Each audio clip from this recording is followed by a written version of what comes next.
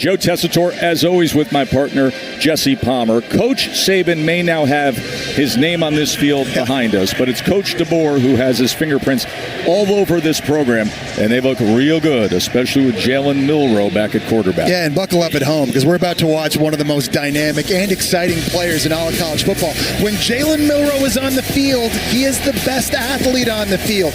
Tremendous arm talent at 225 pounds. Hard to catch when he takes off and runs it. He showed you that in their Week 1 win against Western Kentucky, Joe. Averaged 28 yards of completion, 8 yards of carry, 5 total touchdowns. Pretty good day at the office, I'd say. After finishing 6th in the Heisman race a year ago, people are really excited to see what he's going to do this year in Kalen DeBoer's offense. Yeah, Jess, I looked down on that stat line there. My man had 9 pass attempts last week. Yeah. 9. Yeah. No, and just lit it up the entire time. Did. Hey, last year when these teams played, Jalen Milroe did not play in that game at South Florida. So the Bulls are really well coached, but they know exactly what they have to deal with as this group, number 4th ranked Tide, get in position. You got pure, elite athleticism. You have emerging stars. You have veterans like Milroe. And keep in mind, Alabama has won 26 straight games against group of 5 opponents.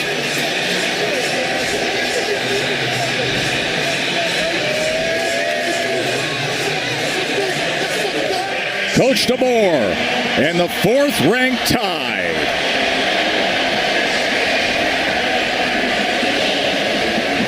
They will be in action against South Florida. We will hear from Katie George and have kickoff after this short break. Between USF and Alabama, because it was really a turning point for that guy right there, Jalen Milroe, and Nick Saban's team. Milroe was benched because of the previous week's loss to Texas. So Tyler Buckner was the starter. He was 5 of 14 for 34 yards. Ty Simpson replaced him. Bama, it was lackluster, but they escaped 17-13 for the win. Let's say hello to Katie George. Well, Tess, we don't need to remind Alabama players.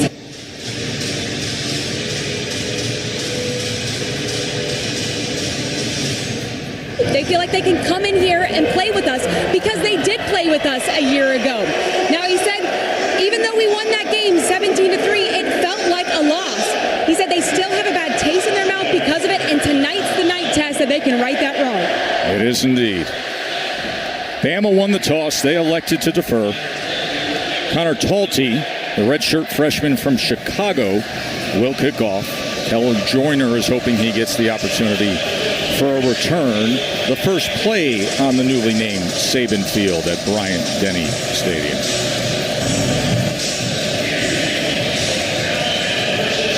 Alabama hasn't lost to an unranked opponent here in this football palace since 2007. And it's fielded about the 7-yard line by Joyner. And he is brought down out near the 24. And Jesse, Byram Brown, the quarterback for USF, he set every school's single-season passing record a year ago. Yeah, and Jalen Milroe is going to get all the headlines in this game, and with good reason. But this guy's a pretty good dual-threat quarterback as well. He's got a lot of arm talent to throw it to the perimeter and deep down the field. Tough to tackle at 230 pounds. One of only 2 guys a year ago, Joe, that threw for 3,000 yards and ran for over 800. The only other guy was Heisman Trophy winner Jaden Daniels. Wow, good company. And get ready for tempo. Brown gets it out quickly and gets it to his favorite target, Sean Atkins. Sean Atkins, who's been in the program for 4 years, was underutilized, and then a year ago really burst out with all the great stats, had 92 receptions. Quick to the line. On the carry is Naquan Wright, the transfer from Florida. They go so fast, Joe. Last year, they averaged 82 plays a game. It was the most in the country. They get the call quick. They get it communicated. They get lined up. Put so much stress on the defense. 2nd and 8. Brown is going to try to run it himself, but he goes absolutely nowhere. Tim Keenan with the tackle. This is a way you can slow the tempo down a little bit by getting them in 3rd and long situations. This is when Alex Golish, the head coach at USF, they look into their playbook. They think about potentially substituting, changing the formation like they are here, and it gives you a chance to settle down a bit on defense. Tackle for loss makes it a 3rd and 10. Good play by Keenan. Brown scrambling, looking to extend the play. Pumps, tries to get to the corner, dives for the line to make. But Campbell may have pushed him out before there based on that mark. Well, this is something that I think Byron Brown did such a good job of in last year's game. On third down, when nothing was open, he would just take off. And here does a nice job, gets a little pump fake, which just freezes Jihad Campbell for a split second. Automatic first down. And a penalty against Alabama. So it's an automatic first down. This is the late hit. Damani Jackson, watch him. Excuse me, Jihad Campbell.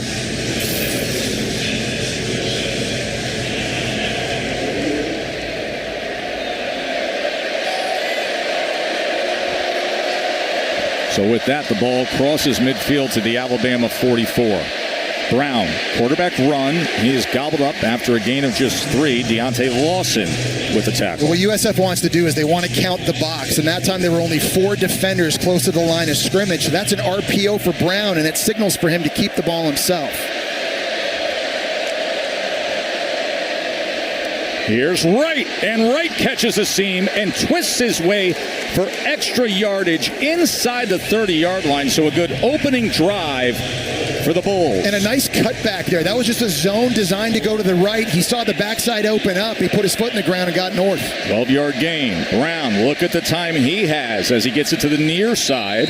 And a short completion to Sean Atkins, the reliable slot receiver. It's incomplete. Yeah, the ball hit the ground. It looked like it was close, but right now, this tempo, it's got Alabama's defense on their heels a little bit. Alabama was just able to substitute. Q Robinson, who's a great pass rusher, comes in. You see the replay here.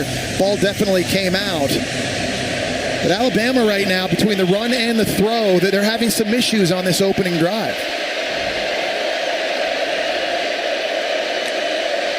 Second and 10 after the incompletion, and Wright finds it tough to find anything against the interior of that Alabama defense. Big Tim Smith and the rest of them clogging things up. So it's important for Alabama here on third down. You got to stay in your rush lanes. Keep an eye on Brown.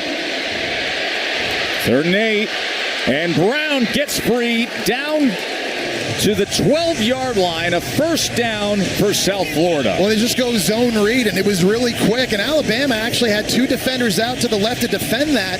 They just couldn't catch Brown. Look at how fast they're right to the line, ready to go again. 14-yard run by Byron Brown. Wright, just a gain of a yard as he is driven back. This is what Alabama has to do, and it's what they did a year ago. Was they were able to control the running game from USF with just 5 or 6 guys in the box. They are so much bigger and so much athletic in their front 7, and that's got to show itself. 11th play of this opening drive.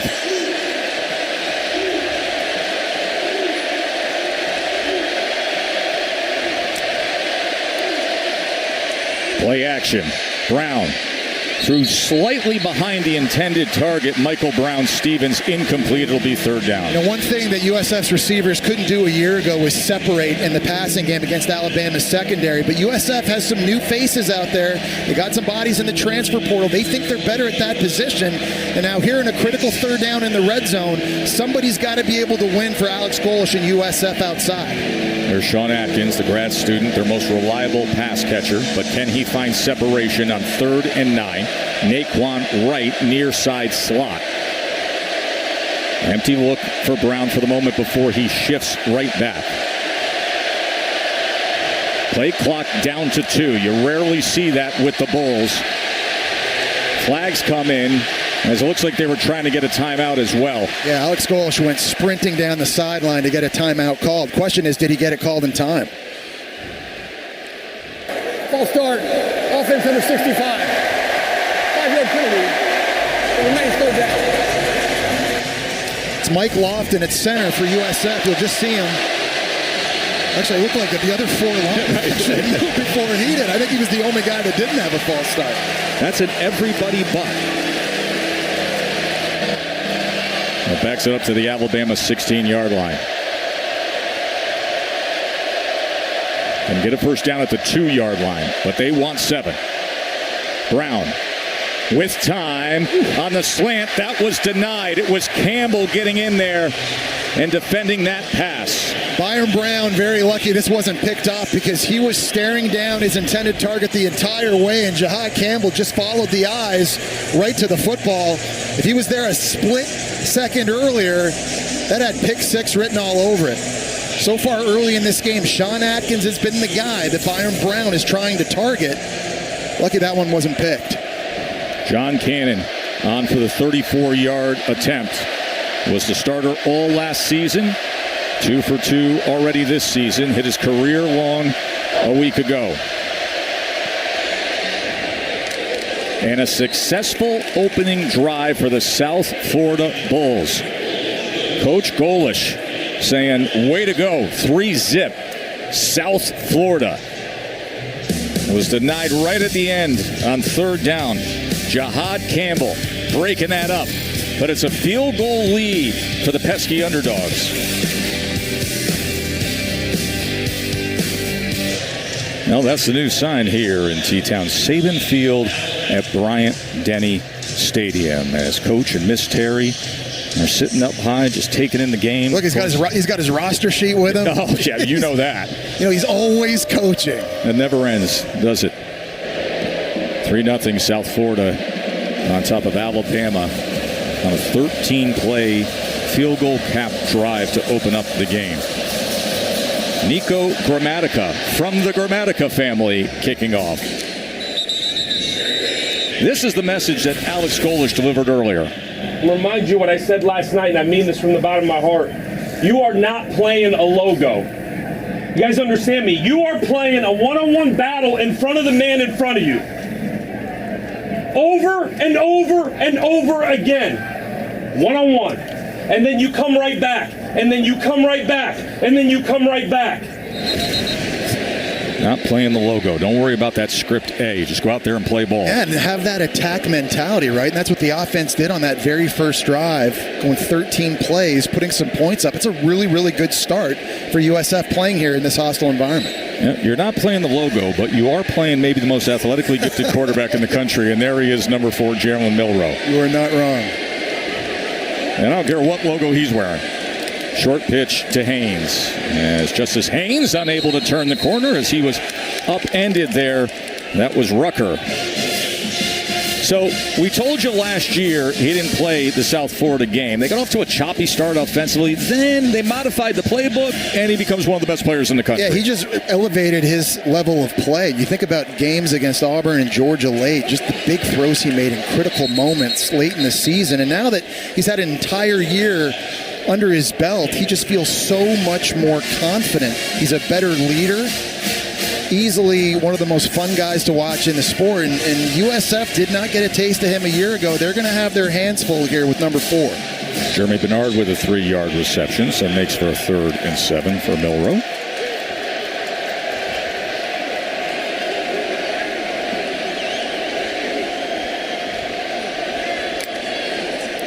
Milroe on 3rd down. Pass rush off the edge as he launches it downfield, but it's well beyond K-Law. Kendrick Law, their fastest pure speed player. Well, that time USF brought pressure, and we're going to talk about that throughout this game. Their D coordinator, Todd Orlando, loves to blitz, and Justice Haynes did a pretty good job at running back in there helping him out, but Wilkin Formby at right tackle struggled against Jason Vaughn, who got the pressure, and the ball just beyond the outstretched arms of Kendrick Law. But how about this start for USF, Joe? 13-play drive and a field goal, and now the defense sets up a 3-and-out. James Burnup on to punt away. The 6'6" Aussie is going to drive it downfield, flip the field into the hands of a fair catch for Sean Atkins. A long, sustained drive for South Florida and a 3-and-out for Alabama. That is our Geico recap. That's exactly what Alex Golish was telling his team to do, to come out, not play the logo, win the individual battles, play after play after play. Great 3rd down scramble here by Byron Brown. A penalty tacked on, extra yardage at the end. You get Naquan Wright doing a nice job with the cutback. Little QB run zone read going fast. Had Alabama on their heels a little bit defensively, and nice field goal to cap that off. Just put some points up on the board, make the drive count early. Again, you can't, I think, ask for a better start for USF to this game on both sides of the ball. That's our drive recap covered by Geico. Byram Brown, the star quarterback, had 24 yards rushing on that opening drive. And here he goes with a QB run again as he's able to get it out to the 26-yard line. Yeah, Joe, he's 230 pounds. So you're not only going to see zone reads to the outside, you're going to see him run between the tackles as well because he's essentially their biggest running back. Rushed for 92 yards last year in the game against Alabama. There's nothing there for Kelly Joyner as he had nowhere to go with Tim Keenan. 15 and a half seconds of real time between plays. They're essentially running 3 plays per minute. That's how fast they go. I mentioned Brown had 92 yards rushing against Bama last year, but he only passed for 87 yards in that entire game.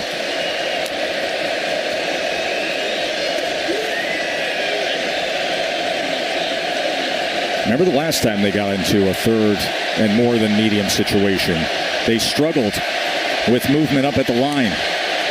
They snap it at 1 here. 3rd down and 6. Brown going to take a shot downfield. Oh, and he had a man, but he couldn't connect with Michael Brown-Stevens. That's a throw you've got to make. You may not have a lot of opportunities. You've got Brown-Stevens, the transfer from Minnesota, matched up against a true freshman, Red Morgan, in the slot. And we talked about how a year ago these receivers couldn't separate. He never had a chance that good last year. He knows right there. He just missed a big touchdown pass. It's one he's going to wish he had back. The 30-year-old punter, Andrew Stokes, onto punt away as Cole Adams will have a chance for a decent return here, but it's driven outside the numbers, well positioned by Andrew Stokes. On a day where we're celebrating Nick Saban here in Tuscaloosa, flag is down at the end of the punt. Dedication that happened before the game of Saban Field, and then they're going to have a very big ceremony at halftime.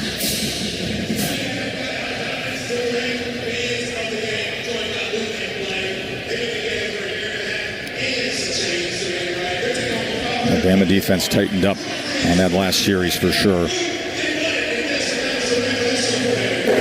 Holding on the kicking team, number 34. 10-yard penalty will be assessed and into the return. 1st down. 3-zip USF as coach looks on, and we'll take a short break and come back. Not far away is that big statue. 17 seasons in the books for Coach Saban. ESPN College Football Primetime is presented by IHG Hotels and Resorts. 19 hotel brands, 1 loyalty program. Download the app. And in part by the new Fun 99 menu at Sonic. Live free. Eat Sonic.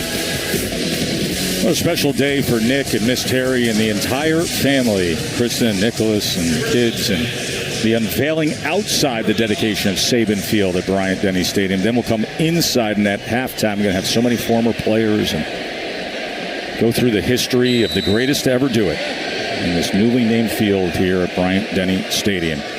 This is Bama's 4th play. That's it. 4th play so far as Milroe nearly intercepted as there was a lot of traffic in the pocket that time.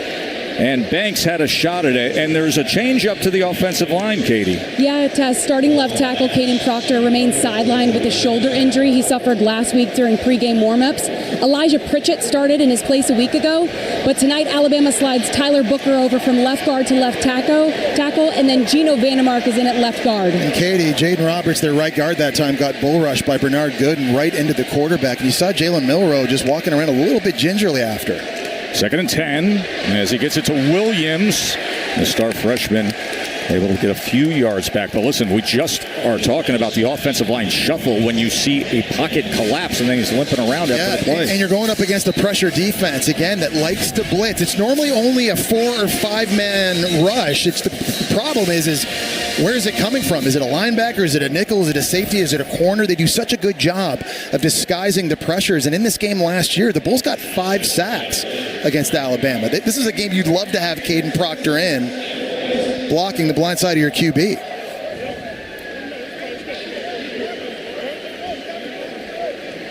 See the medical staff out to see Jeremy Bernard, transfer from Washington. Followed Coach DeBoer here to Alabama. Started out his career at Michigan State, then transferred to UW. So his 3rd school in 3 years.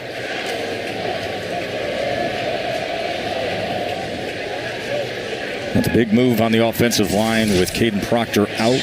Big Tyler Booker, who's one of the best guards in America, kicking out the left. A lot of people think he might be a first-round pick, but here you go. Look at USF at the line of scrimmage here. They've got a lot of bodies.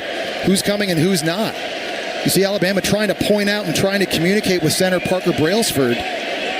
This is tough. 3rd down and 6. It's Adams in motion now in the slot. Milroe has time, wants more than 6.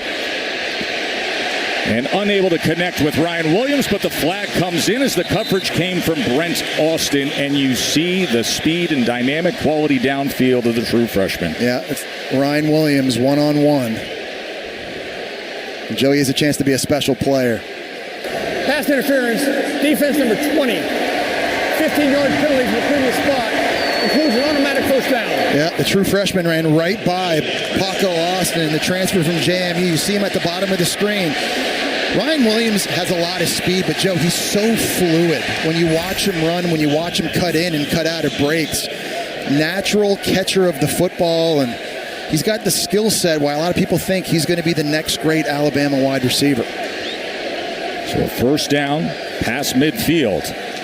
Jam Miller as he lowers his shoulder and finds more. Ryan Williams last week was absolutely sensational. 17 years old, and this is your debut. 2 catches, 139 yards, 2 touchdowns. Pretty good. Yes. First catch was an 84-yard touchdown there. This one was really nice. He runs a dig route, catches it, makes 2 guys miss, breaks the tackle.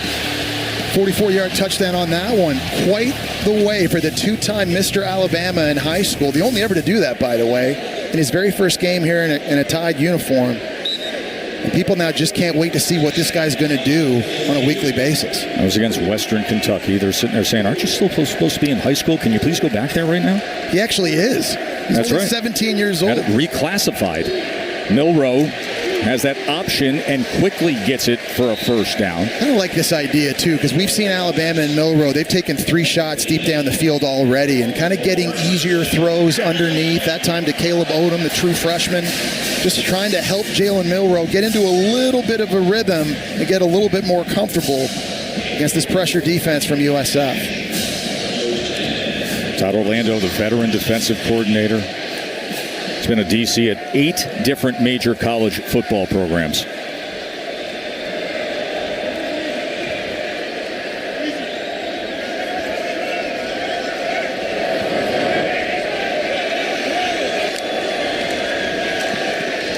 First down run for Miller as he was tripped up after a gain of just 2 yards. That's a really nice tackle by Jamie Petway, who's subbing in right now for an injured starter, Jalen Schuler.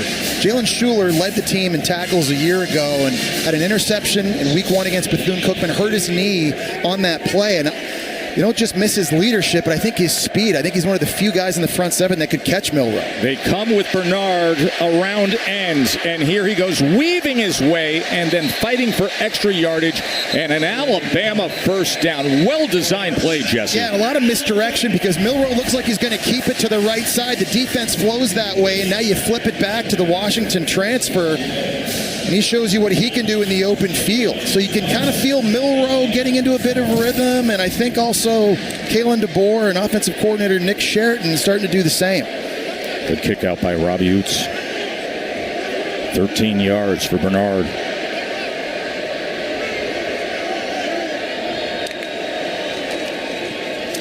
Haynes on first down. Look at the room he has. Flag is down. Let's see if they walk this back as Justice Haynes sprints into the end zone.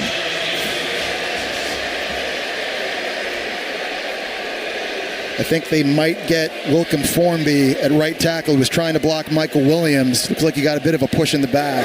Holding offense number 56. 10-yard penalty from the foul. Repeat first down.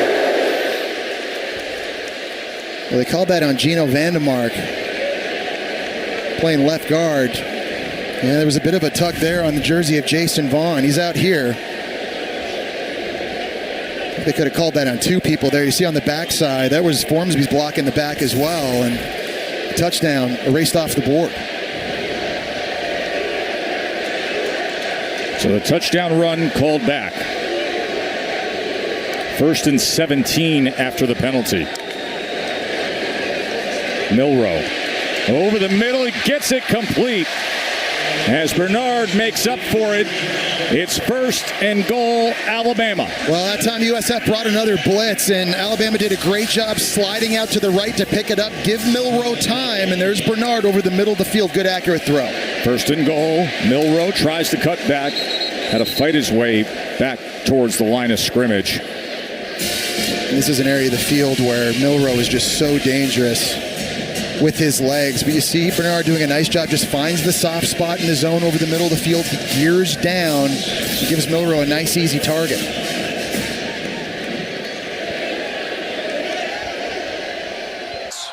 As the Tide is now deep inside that Chick-fil-A red zone after the first down grab and a second down pickup, or a second down right here for the Tide. 2nd and goal from the 10. Quarterback keep right side. Milroe cuts it back now, cuts to the edge. He's at the 5. He's into the end zone. Touchdown, Alabama. Jalen Milroe stopped and started twice. The 10-yard carry finds pay dirt, and Alabama takes a 6-3 lead. Boy, interesting formation there, Alabama. They had a bunch look tight to the right side, where you're tied in and 2 wide receivers, and then Justice Haynes was all the way out on the perimeter, and all 4 of those guys were able to maintain and sustain their blocks as Jalen Milroe picked his way through this South Florida defense.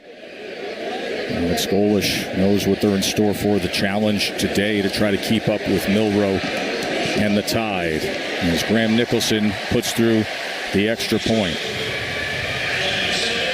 So after a 3 and out, they end up going 10 plays, 65 yards, and Milroe with a 9-yard touchdown. Jalen Milroe with the touchdown run to give Alabama a 7-3 lead.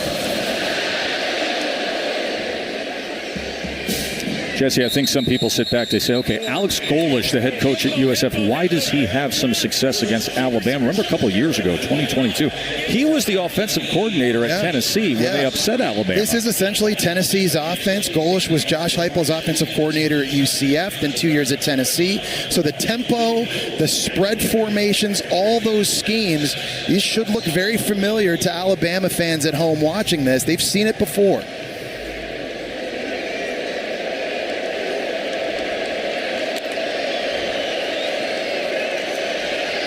Brown going to launch it downfield, and it's incomplete. You know, you saw that note there on Alex Golesh, born in Russia, so he's an immigrant to this country. 2 major college football coaches are immigrants and now U.S. citizens. Kalani Sitake at BYU.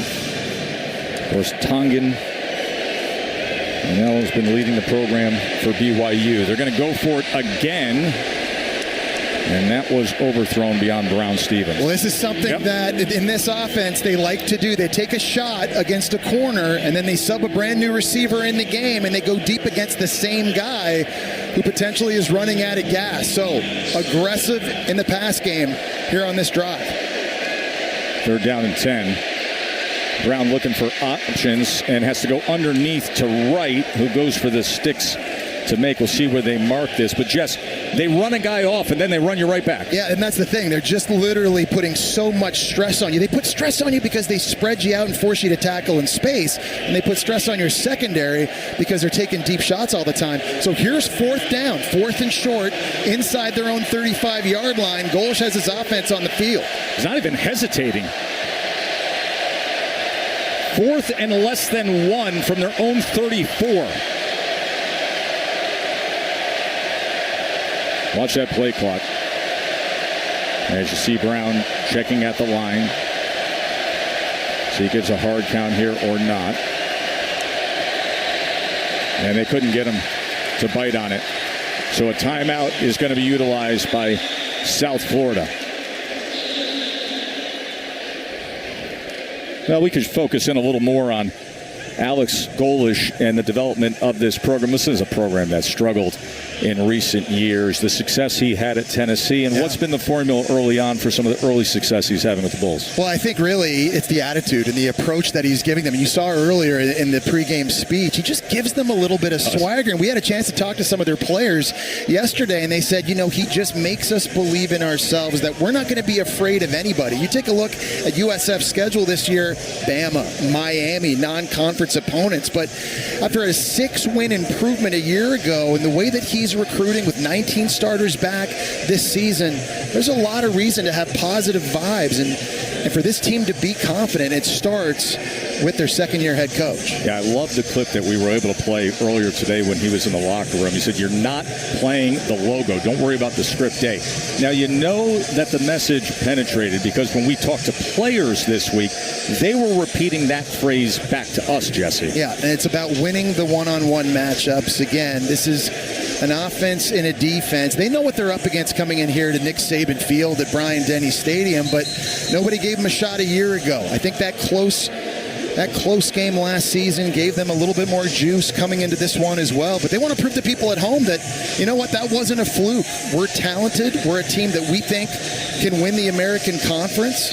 And we have an opportunity on national TV to make a point. Of course, last year they felt like that result gave them a sense of confidence that they can go out there and have a real chance to take it to Bama. Stokes on to punt after the timeout.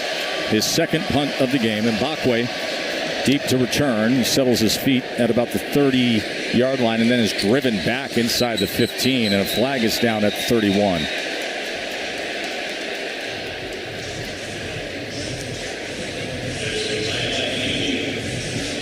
A 51-yard punt. Check on the flag. There is no foul for legal substitution. There were 11 players on the field to play when the ball was legally snapped.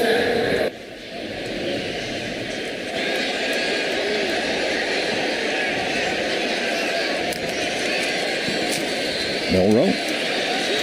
And he makes a decision to burst. That's exactly what you get. Tried to get it to the outside, but couldn't turn the corner. Well, what I love what they do here is it's not an RPO. It's a pass QBRO. It's a pass QB run. He might throw it out here. If he doesn't have the look he wants, then he's going to keep it. And he's going to go to the right-hand side with the lead blocker in Jan Miller. Didn't really lead block for him that time. He looked a little bit more confused with what was going on. It's the QBR portion of that acronym that really can frustrate defensive coordinators because he's about as dangerous as it gets. And that's going to be waved off as there was some movement. Remember, Alabama with... False start, offense number 52, 5-yard penalty. It remains second down. With a jigsaw-puzzled offensive line as Caden Proctor is out. Pritchett unable to go, so they kick Tyler Booker out to left tackle. And he was flagged right there, one of the best offensive linemen in the country, but playing left tackle tonight. Second and 11.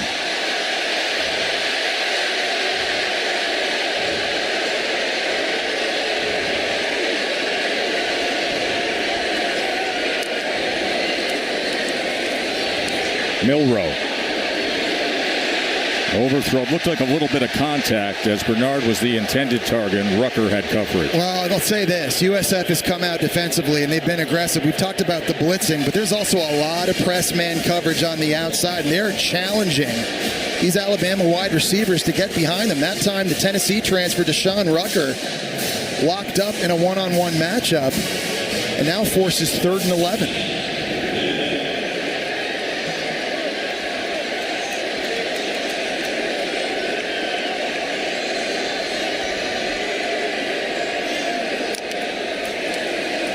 Milroe on 3rd and 11. Pressure straight up the middle as Milroe escapes it for a moment but overthrows C.J. Dupree.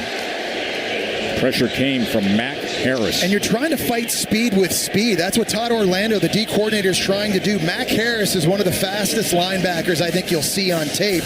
And he showed it right here, blitzing right up the middle.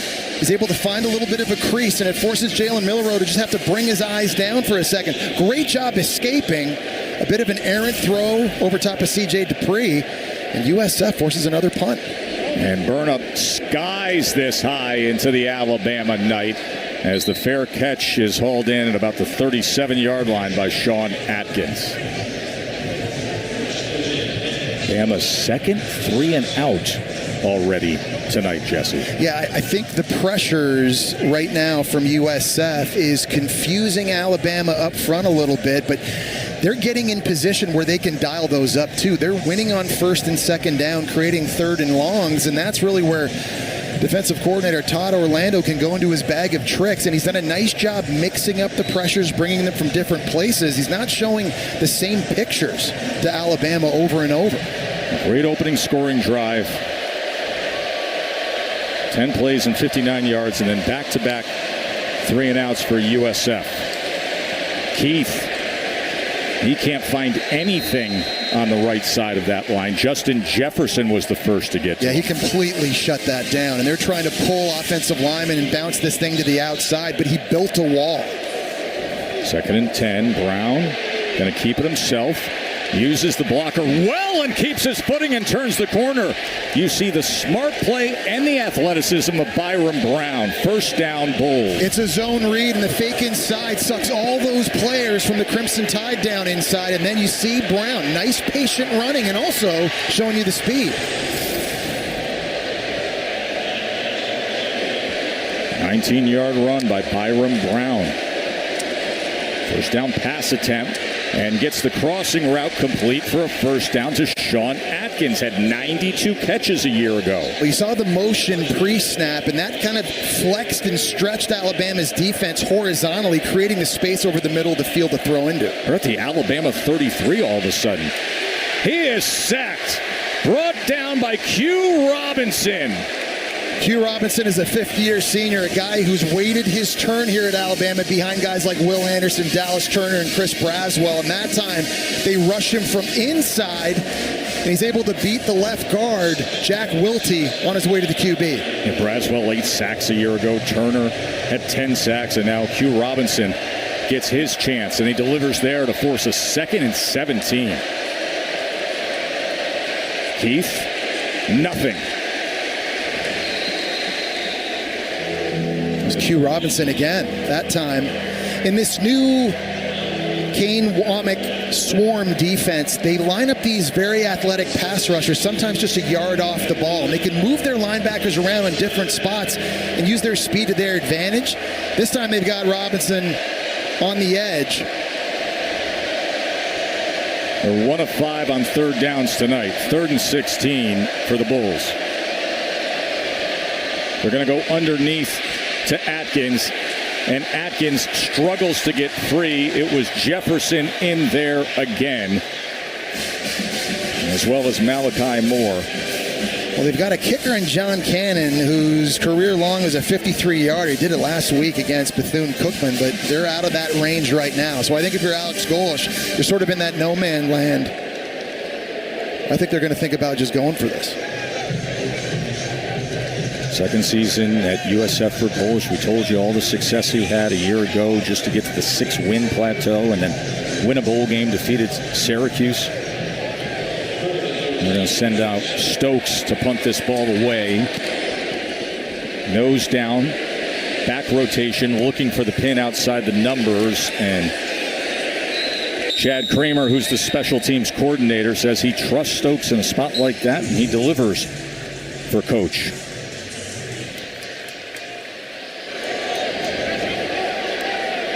"17 seasons for Coach Saban, a gig on game day, and you come back home to Tuscaloosa on a night where the field is named in your honor."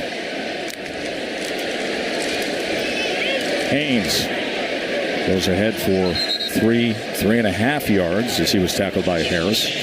We come to the end of the first quarter. Welcome back to Tuscaloosa. I'm on on the sidelines with Alex Golish. Alex, defense has gotten off to a great start, forcing a couple 3-and-outs. How would you assess your offense's first start? Yeah, I think we just got to go one play at a time. Got us on one down here at the student section. Should have been on silent. We weren't. But I thought we started to get in a rhythm there, put a drive together. Just got to go finish it. It's just a matter of the guys being poised, us being poised, and going back to just playing one play at a time. Thank you. Thank you. Coach Golish's team has been poised. Milroe goes for 4 yards, but there's a flag down. I think it's Gino Vandermark again.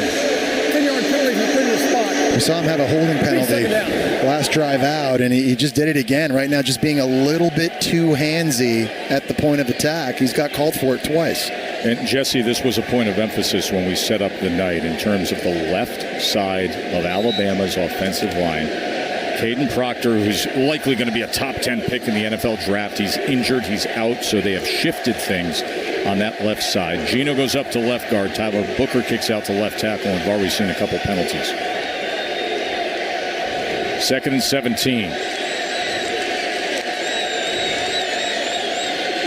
Milroe with time, drives the ball complete to Bernard, and that's a first down, Alabama. Really nice job in timing. Jalen Milroe takes a hitch, and the ball comes out right away. There was no hesitation on the throw. Beautiful timing. We've seen the Washington transfer, Jeremy Bernard. He's done some damage over the middle of the field in this game. First down throw, Milroe going to the other side. That's well to the outside of Bernard. I think what Alabama needs to do is they need to run the ball. Alabama needs to do it conventionally. Turn around and hand off to running back. So far, it's been all Milroe. We saw Bernard with the one reverse, but Justice Haynes and Jam Miller, these guys have to be able to go to work between the tackles, and really that falls on the guys up front, having to get some push.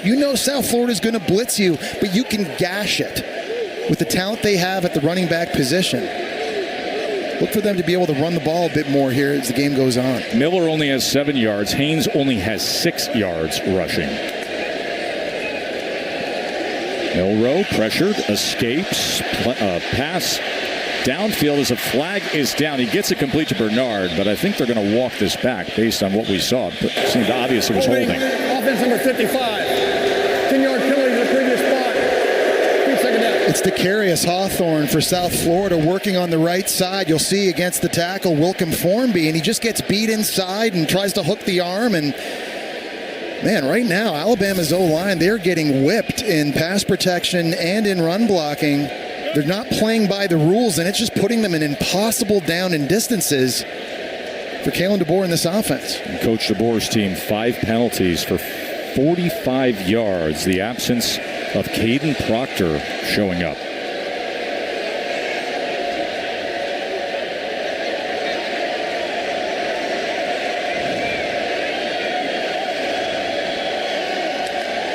Second and 20.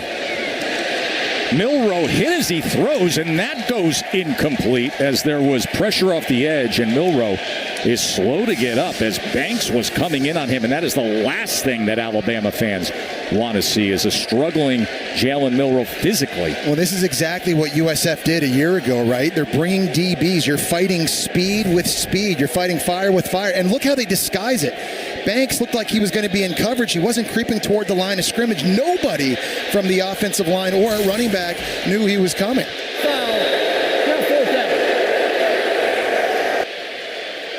They're going to take a look at this, I think, for roughing the passer potentially for the hit at Jalen Milroe's knees.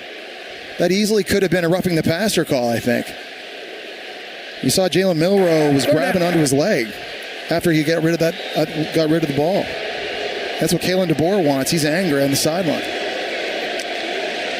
So 3rd and 28.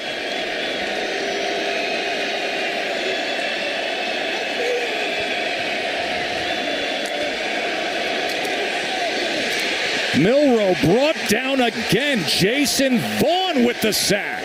Jason Vaughn missed last season with a knee injury, missed the first game against Bethune-Cookman with a foot, but they think he could be their alpha pass rusher, and he just smoked Wilkin Formby at right tackle on his way into the quarterback. Coming off the right side here, one-on-one, it's not even close. And Wilkin Formby, he's had his hands full in this game so far. Remember, he's replacing J.C. Latham, who was the 7th pick of the draft last year, but he's got to play better.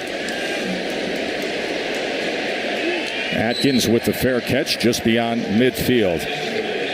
Some serious acceleration there in Columbus. Good field position to start this drive for the Bulls. Brown gets it quickly to the outside to Michael Brown-Stevens. Joe, for a lot of young receivers watching this game, watch South Florida's receivers come back down the stem when they run these curl routes. They're able to keep separation from the DBs and make life a lot easier on Byron Brown. There's a perfect example there by Brown-Stevens. 6-yard reception for Brown-Stevens. Byron Brown with a blocker in front. It's another first down. He is such a capable runner. Alabama doesn't have any answers for the zone read. They've got D linemen crashing down to take the running back, but nobody's replacing them on the outside, and it's just making it an easy keep read for Byron Brown. Another first down, play action. Brown, he's going to pump and then slide down. And decisively too, Joe. Not open right away. You're not wasting any time. You just get upfield and get what you can get. A lot of people in the green and gold who do believe right now, as the sign said. 2nd down and 8. A bullish start for USF. Brown, delayed quarterback run. Breaks a tackle, has another first down. A tug of the jersey was the effort defensively, and he goes ahead for 5 more yards. A 16-yard run. And it's just counting the box. Alabama only had 4 guys in the box that time. South Florida has 5 blockers, so that's a design QB draw. And you see the 230-pound QB, tough to bring down. Here he goes again, and look at the hole he's got. He lowers a shoulder, and it's 1st and goal, South Florida. Man, he's going to need an ice bath after this game. I think he's already got 11 or 12 carries. He's going to be bruised, but it's all worth it right now because this South Florida offense, they are humming. Bobbled that, had a jump on it. So the lone miscue stalls momentum for a moment. As Byron Brown had a jump on it, he has 82 yards rushing going into that play. That's amazing. He had 92, you said, right, Joe? That's right. Last year in the entire game, shouldering a heavy, heavy workload today. 82 yards rushing in this first half against this talented front 7 of Alabama. 2nd and goal.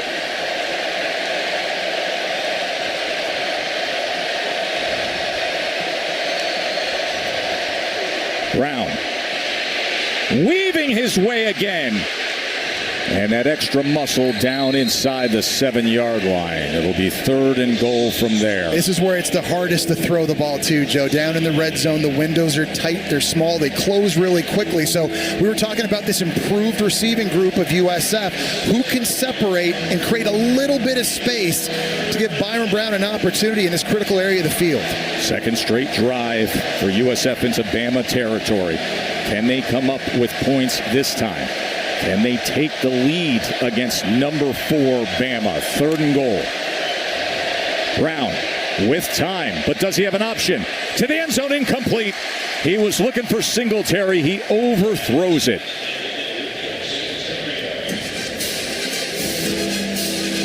So Alex Golish, who opted to punt on the last drive when they were sort of in no man's land to play field position now, it's like he's being a little bit more aggressive in this area of the field. 4th down.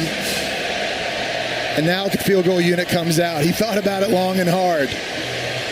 With the way his defense is playing right now, Joe, I like the decision. Just take the points.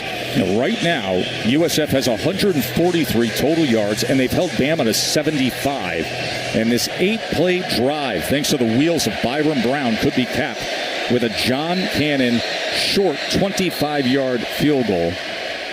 And a timeout is going to be used by Golish and the Bulls.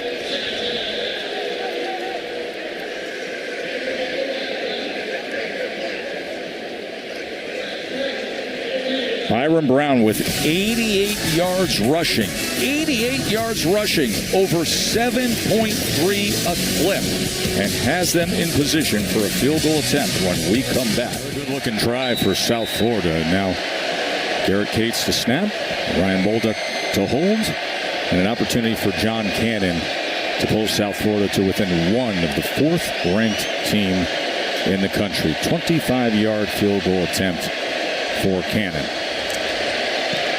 As he does just that. And it is a 7-6 game here in Tuscaloosa. Jesse, I'll tell you, Byron Brown is very impressive, and can he ever run the ball? Yeah, and the crazy part is, too, some of it is finesse, zone read runs to the outside, and you're seeing how nimble his feet can be, but a lot of it's right up the middle, Joe. You've seen quarterback draw, you've seen quarterback power. He's not only getting tackled by DBs, I mean, he's taking on linebackers, he's dragging D linemen with them. This has been a heavy, heavy workload early in this game. Now, throwing the football, it hasn't quite been on target as much, but with the way he's running it right now, I guess the question is just how long can he keep this up, taking this kind of abuse? I guess the answer for Alex Golch and the coaching staff is as long as it takes, right? And you're also seeing him just finish his runs and getting extra yardage. You know, we talked to those around the program. They'll tell you this guy added 20 pounds of muscle this offseason. Yeah, and it's really showing up. I think that also gives him a little bit more confidence as well. When these run plays get called up the middle, even though you're going up against an Alabama defense with all this NFL talent in their front seven, he's willing to do whatever it's going to take to walk out at Saban Field at Bryant-Denny Stadium with a win.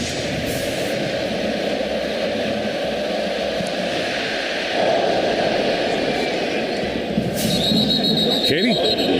Yeah, Tess, in between series over here on Alabama's sideline, sophomore running back Justice Haynes got all over his offensive lineman. He said, we have to be better in protection. I'm tired of messing around out there. Pick it up on this next series. Yeah, Katie, they got to be better in protection. They also got to stop having penalties because they've been setting up in second and third and long situations. They don't even have the opportunity to turn around and just hand it off to Haynes or Jam Miller. 6 penalties, Jess. Not for good. Alabama. Not We're still good. 9:45 before we get to Matt, Joey, and Dan in the studio. Haynes doesn't find anything. Struggles to get back to the line of scrimmage. Yeah, that time, Parker Brailsford, center, and their left guard, Vandemark, they just couldn't get any movement. As you take a look at the bounce right now, they're not getting any. See, Byard, the tackle, the safety coming around to make that tackle.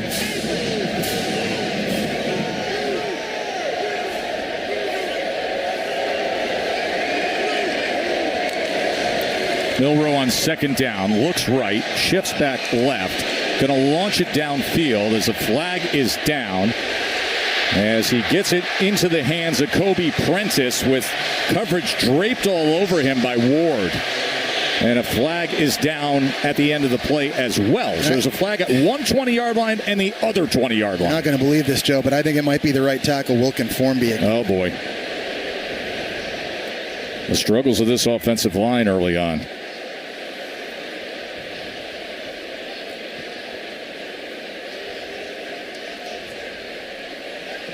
See Formby there, his first season as starter. Highly touted recruit a couple years ago. Both live ball against both teams. Pass interference, defense number 2, holding, offense number 75.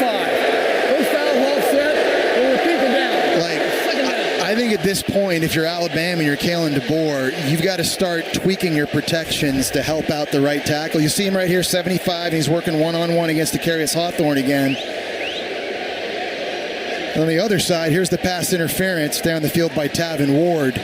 But for Alabama, whether it's keeping a running back in to chip the edge or attaching a tight end outside your right tackle like they're doing right now with Robbie Oots. Well, Oots is built for that. Yeah, he's 6'4", 270. He's like an extra offensive lineman. It's not a bad idea to just help protect the right side. And right now you see a 7-man protection with Dupree attached as well. They keep it on the ground with Haynes. Haynes keeps his footing and gets it out to the 30-yard line. And Haynes is a good player. This is a guy that was the number 2 rated running back coming out of high school last season. He added 25 pounds, but he didn't lose his speed. And you saw that with his 85-yard touchdown run last week against Western Kentucky. He's a guy that you can force feed the football to and wear this defense down, but you can't do it when you're living in second and third and long all game. 3rd down and 5.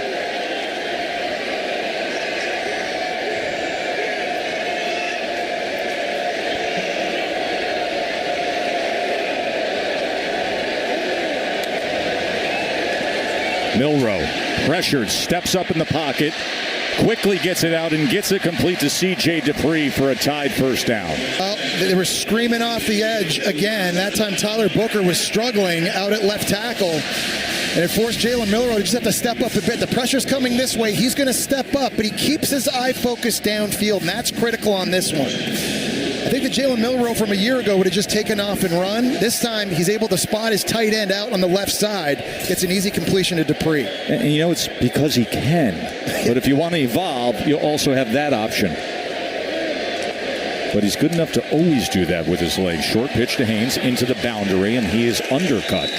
Well, and that's a great point, too, Joe, because last year Jalen Milroe took 44 sacks. Right. And I think a lot of that was him just always trying to make a play instead of throwing it away or throwing a check down to live to play another day. And I think Kalen DeBoer and this coaching staff have seen examples early this season of him finding a third receiver, finding a check down, letting the offense work for you like he did on that last completion to Dupree. So after the good defensive play by the corner, Deshaun Rucker, 2nd down and 10.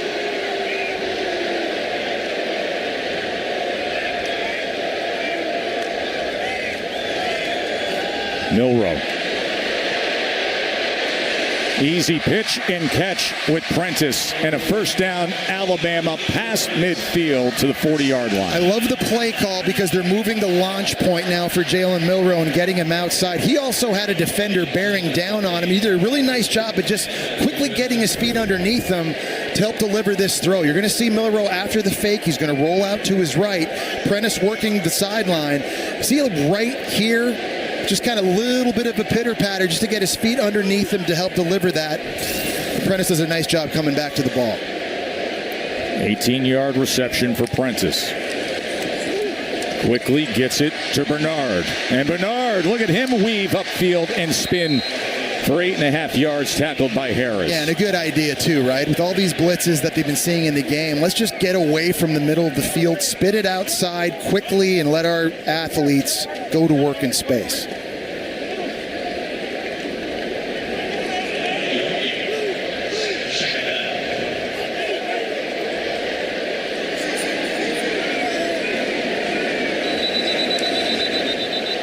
Flag pre-snap as there was more movement. False start, offense number 56. Man. 5-yard penalty. It remains 2nd down. It is going to be a rough film session. It is. For Wilkin Formby and Gino Vandermark. It's going to be a rough halftime. Yeah. Forget the film session. I mean, Coach Saban may want to go down there and have a little talk with some of these guys himself because the penalties up front, I mean, that's been the story for Alabama's offense in this game. Yeah, the stuff you can control it. 2nd and 7. Milroe, pressure off the edge, lofts it downfield, inside the 10 and off the fingertips of the sensational freshman, Ryan Williams, and another flag is down. That where Rucker was contending with him. There is Deshaun Rucker. Pass interference, defense number 22. 15-yard penalty, previous spot. Automatic first down. Rucker, the transfer from Tennessee, Jesse. Yeah, one-on-one against a very fast 17-year-old. You see some hand fighting there, and Ryan Williams has actually grabbed Rucker's jersey himself. I don't know if he pushed off at all, but he definitely grabbed. Here's the DB pressure that we've been talking about. Free rusher Jalen Milroe knew he had to get rid of that quickly. It's just not been easy for Jalen Milroe from a timing standpoint because of all these blitzes that they've seen. First down after the penalty. Jam Miller straight ahead. I love the patience that time. Alabama's pulling their left guard, their left tackle. This is going to take a second for the hole to develop, and Miller is just able to kind of stutter step. All of a sudden, the C parts right in front of him. He shows you his speed and acceleration.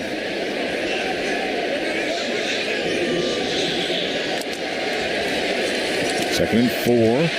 Miller again, and a first down, Alabama. Petway came up with the tackle. Well, and this is where you have to do this, right? When the windows are small and hard to throw into, the best red zone offenses are the one that can run the ball. And that time, Parker Brailsford, the transfer from Washington at center, did a nice job getting into the second level. Rashad Cheney is down.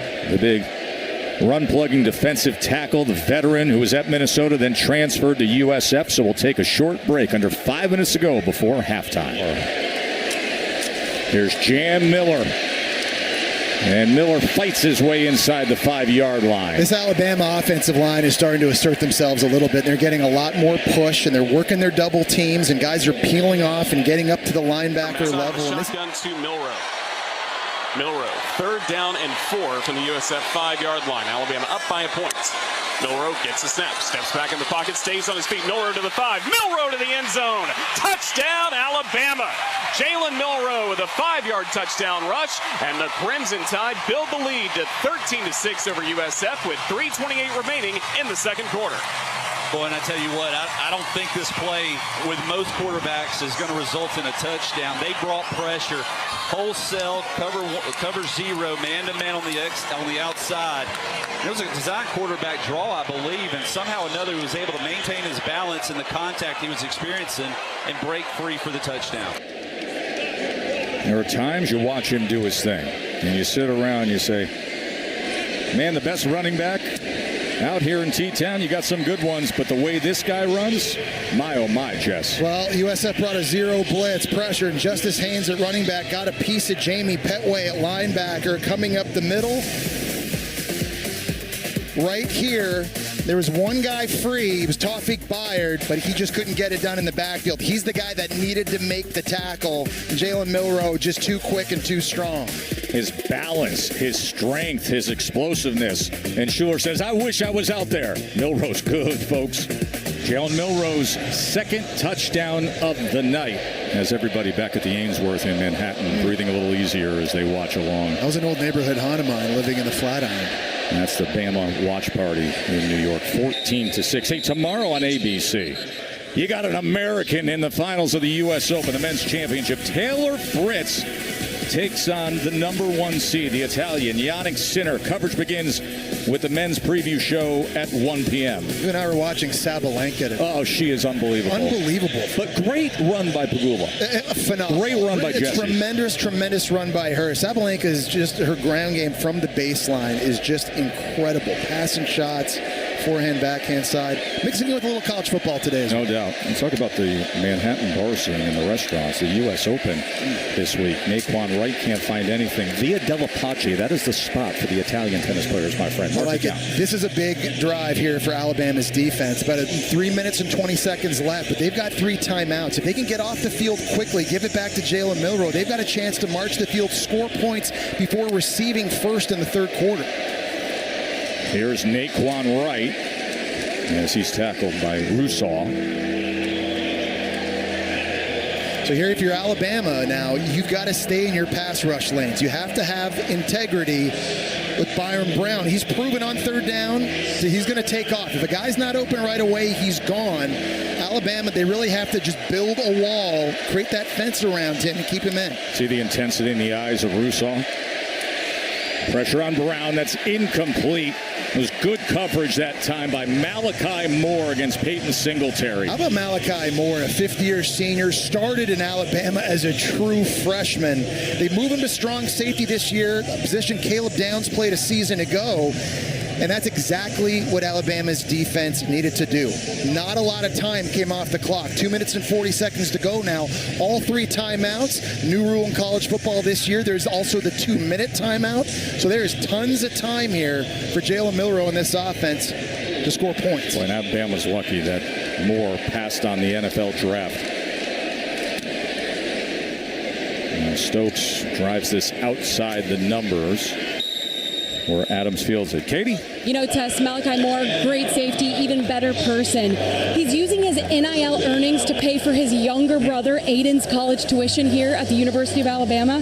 Aiden's on the team. He's a walk-on freshman linebacker and has the opportunity to spend time with his older brother and play 1 season with him, all thanks to Malachi's NIL deals. Yeah, and Katie, you know, we had a wonderful visit with Malachi yesterday. He's the guy that you want representing the program. And he's just a wonderful young man, a grad student. He's going to be cashing NFL pay. Forget these NIL paychecks. He's going to have an NFL paycheck for about a decade. It also just goes to show you how well he's doing in his NIL, because tuition here at Alabama ain't cheap.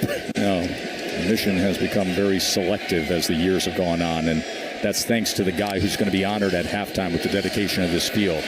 Milroe wants a shot downfield, and it's beyond Ryan Williams. Remember a week ago, Ryan Williams had 2 catches for 139 yards and 2 touchdowns, so they're testing that secondary. That's like the 3rd or 4th time they've tried to go deep to him. There, Paco Austin right in his hip pocket again.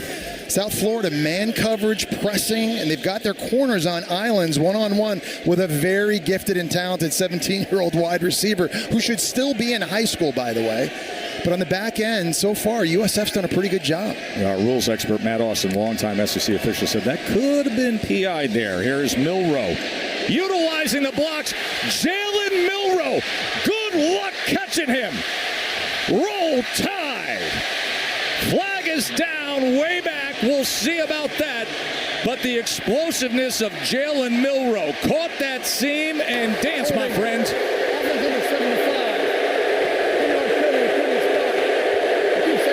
It's Formby again. Yeah, coach, shake the head. God.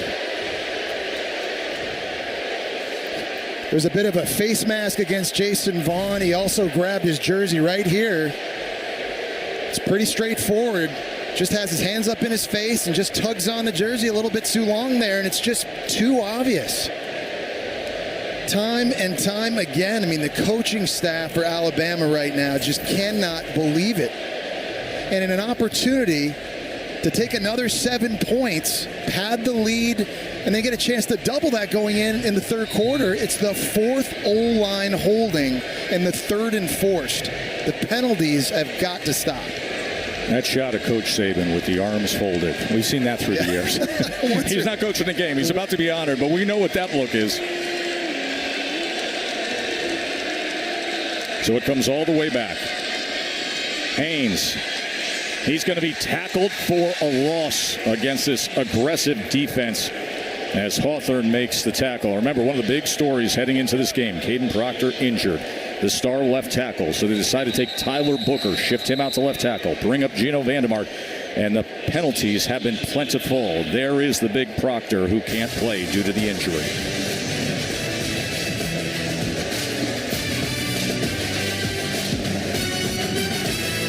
Thank you, Matt. Look forward to that. I mean, Texas looked awesome today. 3rd and 26 as Milroe just quickly gets it out to Cuevas, who gets to the 15-yard line. Bama's going to receive the second half kickoff. We've got 1:50 to go.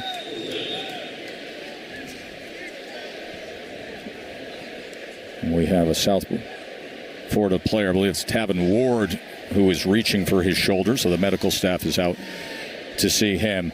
With that big Jalen Milroe run that got called back with the penalty. And then that's the frustrating part for Alabama. When you have an athlete as special as Jalen Milroe, you're just one play away from hitting the big one, right, at any given time. And it looked like they had it a few plays ago, but 7 different penalties now called on this Alabama offensive line. 4 holdings, 3 enforced. They had 3 false starts as well. And Milroe's talking to Kalen DeBoer, and DeBoer saying, you know, if we just could get out of our own way, we'd be fine. We'd be lighting up this scoreboard, but this offensive line that we've talked about, they've had to reshuffle because of an injury to Caden Proctor. 7 penalties, 45 yards. They're their own worst enemy in this game. They are. Been sacked a couple times for negative 18 yards. Now a 4th down here with 1:50. Matt Austin says expect a 10-second runoff here because we're Stop the clock, and was the only reason the clock stopped. There'll be a 10-second subtraction from the game clock. By rule, the clock will start and ready for play. So now if you're South Florida, Joe, you've got a timeout in your back pocket. You do. And you're going to get good field position, and you're running a crazy fast tempo offense. Yeah, where time is not usually a concern for the way they go about things. Right. I mean, they would love to cut into this lead at minimum here going in at halftime.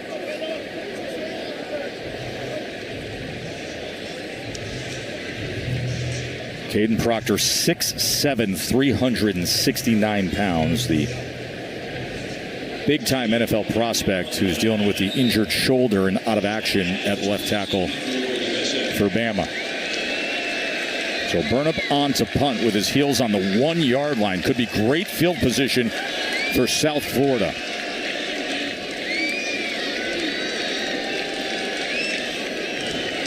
Chad Creamer's the special teams coordinator. We'll see if his group can set up a return for Sean Atkins. There is Atkins, the veteran receiver, a very reliable return man. As Bama's going to bleed down the clock. And Burnip is going to send a tumbler downfield to the 44-yard line where Atkins will field it from them. Get a couple of yards in the return game, and they're just going to be just short of mid. Troy and Joe, Lisa and Laura out there in the Bay Area for Monday Night Football. Brown. That is incomplete to the outside. Atkins was well covered by Sabb. And right now, Alabama defensively is using a spy against Byron Brown. That time it was Q Robinson. Normally plays defensive end or rushes off the edge. That time he's just lined up a yard behind the line of scrimmage, and he's just mirroring Byron Brown. If he takes off and running, they're trying to have an answer for him. Brown going to get it to Keith, and Keith is wrestled down by Q Robinson. A great job there sniffing out the screen by Robinson. He was stunning inside to go on a pass rush, but he got his eyes up quickly and recognized what was happening and then used his speed to get outside to tackle. 3rd and 7, coming up on a half minute to play. One timeout. Flag is down as there was movement, Jesse.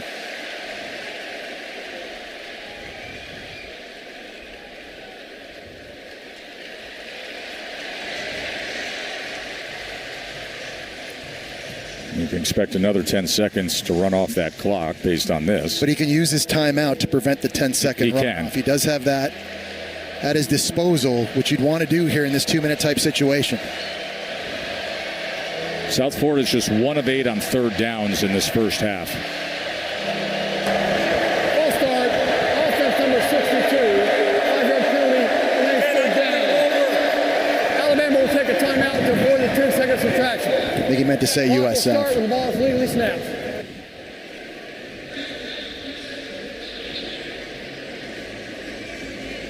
Remember, coming up at the half, it'll be the dedication of Saban Field here at the famed Bryant-Denny Stadium. You win 6 national championships at a place, they're going to name something after you. How about the field? Yeah, it's got a good ring to it too, doesn't it? Saban Field at Bryant-Denny Stadium. It's the least you could do for the guy after 6 national championships. 9 SEC championships. Think about all that. You and I have been working together on college football since 2007, right? Yeah, We've been coming down here for many years, various shows and games and spring ball and everything. This town, but this university has grown. I know yesterday you drove around town. It has grown, and a lot of it has to do with this man who's about to be on. Absolutely. And enrollment has grown. The funding has grown. The facilities are better. You know what the amazing thing to me is, Joe? Nick Saban coached 117 games here at Bryant-Denny Stadium. He won 108 of them. That's crazy. Incredible. Truly incredible. It's going to be 3rd down and 12 for South Florida, having exhausted their timeouts.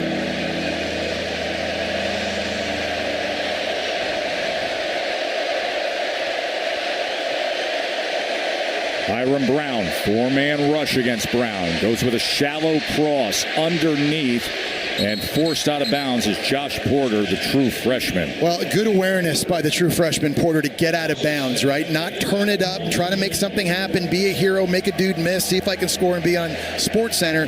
Get out of bounds, stop the clock. Big 4th and 3 now. You really got to think about this because you're basically at midfield if you're Alex Golesh. If you don't get this, Jalen Milroe comes back out. He's got all 3 timeouts. Yeah, 3 timeouts remaining for Alabama. So this could be a very big swing play to close out this first half. 4th down and 3, and a timeout will be used by Coach DeBoer to talk things over defensively.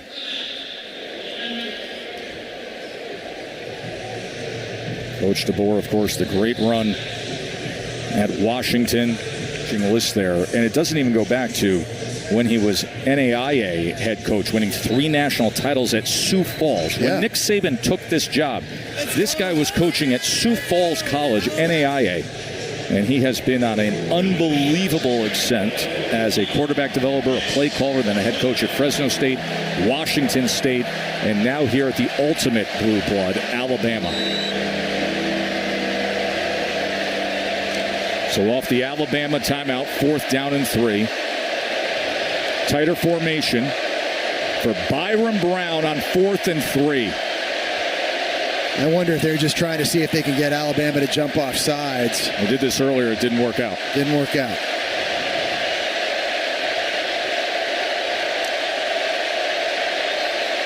And that is exactly the case. 5-yard penalty. Remains 4th down. Well, I think if you're Kalen DeBoer, you like the way your defense is settled down. You gave up a field goal on the first drive. Since that point, though, you've kind of found your bearings a little bit. Offensively, going into halftime now, they've got to get these penalty issues up front sorted out.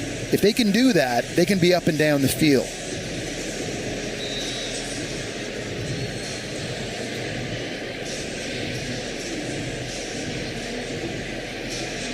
There's Cole Adams, Mr. Reliable. The punt returner, Andrew Stokes, the 30-year-old from Australia, as he takes a sweet time rolling before he sends the knuckler high into the sky, and it takes a very good South Florida bounce and trails out at the 10-yard line. Well, that South Florida defense has done their job. It's what Todd Orlando does as a play caller. Brings pressure. Linebackers right up the middle. Alabama, it's well documented. They're having problems at right tackle with Formby right now, but fighting fire with fire. Smaller, faster guys getting in the backfield to chase a very fast quarterback in Jalen Milroe. They've got 2 sacks. They've got a bunch of pressure. 38% of the dropbacks. I mean, this game plan for Todd Orlando and USF, they had success a year ago doing the exact same thing, and they're having success again tonight.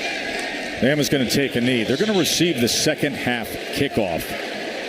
They finished the first half with 137 total yards. It was 158 for South Florida, just 137 total yards for Alabama. 14-6. Bama, the 2 touchdowns for Milroe. Katie. Thanks, Tess. Kalen, what do you think is causing your offensive line issues right now? Well, it's all penalties, right? We're putting ourselves in tough spots with the holding calls, and so we got to do a better job of obviously playing the game the way it's supposed to be played, and not putting ourselves in long down distances where they can tee off. How would you say your defense has handled Byron Brown's legs and the tempo? Yeah, I think the first quarter and a half, a little bit there. We just got to pay attention to our discipline and our rules, and do a better job rallying to the football and tackling. Really, that's the biggest part of their offense that's moving the chains for them. Thank you. You bet. Coach DeBoer mentions penalties, 8 of them for Alabama. Time to honor Nick Saban. They're renaming the field here at Bryant-Denny Stadium in moments. 14-6, tied on top. Championships, and of course all the great work in the community with Nick's Kids Foundation. Over $13 million has been raised and distributed to students and teachers and to so many causes for children here in this community with Miss Terry and Coach Saban. Grammatica will be kicking away as Alabama receives the second half kickoff. Jalen Milroe with a couple of touchdown runs, but really the big story has been elsewhere as Kendrick Law on the return, and watch out. Ball comes out, and it is recovered by Grammatica. Kendrick Law fumbles it, and young Nico Grammatica, the true freshman son of Martin Grammatica, the Super Bowl champion from the Buccaneers 20-plus years ago, gets the recovery. It's such a great play by Ben Knox, number 1 for South Florida there. He's the one that punches it out, and how about Nico Grammatica, Johnny on the spot? That looked like that was going to be an incredible return by Kendrick Law, setting up Jalen Milroe at midfield, and South Florida steals a possession on the opening kick of the second half. I was just about to turn to you and say all the miscues by Alabama, the penalties, everything, sloppy football, and then they open up the second half with a turnover as he quickly gets it to right. That's the first turnover of the game. That should have been a face mask right there for Todd Campbell. There's the flag that's down. I mean, another penalty now. They had 8 for 60 in the first half. And everything going sideways here in the first 2 plays for Bama. Personal foul, face mask, defense number 11. 15-yard penalty from the end of the run, automatic first down. See Jahad Campbell there just getting a tug there on the helmet. You don't actually have to grab the face mask and twist it. It's just twisting the helmet at any point. Jesse, it's 9 penalties for 75 yards. It's too sloppy. And you know, Joe, that's something Kalen DeBoer addressed with his team at halftime. You just got to cut out the mental mistakes. Just get out of your own way. South Florida, just a one-possession game. Brown, he had his man right as well, but he overthrew it. Yeah, he's missed a couple. We saw early in the game, he missed Michael Brown-Stevens on a deep shot that would have been a touchdown, and that time there, he just needed a little bit less arm. Naquan Wright, 5'9". He's not the biggest running back, and when you're throwing to running backs, you really have to be accurate and put it on their body. There's Wright. As he spins his way down to the 31. Rusall with the tackle.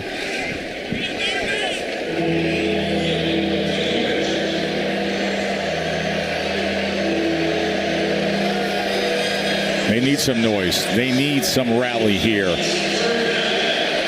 They open up the second half with a turnover. Brown on 3rd and 7. Pressured and taken down. They had a meeting at Byron Brown's schedule, did the front 7. Tim Smith was wrapping around, as were others, to get to Brown. Yeah, Tim Smith was the one who applied the pressure, and Jihad Campbell, who had the face mask call a few plays ago, he was able to clean it up. That is a great job by Bama's defense there in a sudden change situation after the turnover and a face mask of just winning 3 straight downs and now setting up a bomb of a kick here for John Cannon. He hit from 53 last week. That was the 3rd longest in USF history. As this officially will be that same distance for John Cannon. Does he have enough? No, he comes up well short. So they can't take advantage of the turnover on the kickoff return. But those miscues, time and again, Jesse. We talked about the penalties, Joe. 7 of them have come up front on the offensive line. First, it was Vandermark right here getting a holding penalty, which brings back Justice Haynes' touchdown. And then we talked about the struggles. Formby's had it right tackle. This one here was an easy call. This one here negated a big pass interference penalty that would have been big for Alabama, and then none bigger than a long touchdown by Jalen Milroe, called back too. A lot of it is mental mistakes, and I think for Alabama, particularly, Joe, up front on the offensive line, it really just comes down to fundamentals. It comes down to technique, and you just got to clean that up. Here's Milroe with time to crank it up and take a shot. And it goes incomplete, but looking for Ryan Williams. By the way, get used to saying that name, Ryan Williams. He's only 17 years old. And you talk to everybody around the program, Jesse, and the sky's the limit for his future. I got to give Rucker credit. I mean, they've been fighting. They've been going at it. The transfer for Tennessee, he's been winning as many of these battles. The crowd's booing. The crowd may want... He's the player down now. It's Rucker himself. The cornerback.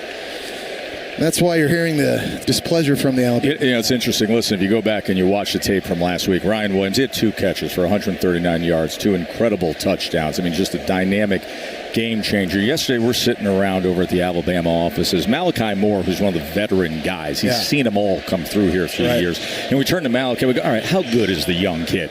He said, listen, he made a play over the summer. He made another one. He made another.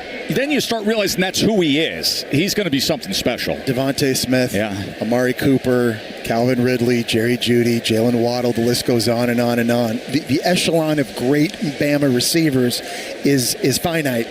But they really do believe this young 17-year-old one day will be part of that group. He just has things you can't coach in terms of the fluidity and how he runs, how he plucks the ball out of the air, the speed. We've seen him get behind South Florida a couple times tonight. They haven't been able to connect yet. You kind of get the feel like maybe, Katie, it's just a matter of time before this young true freshman goes off.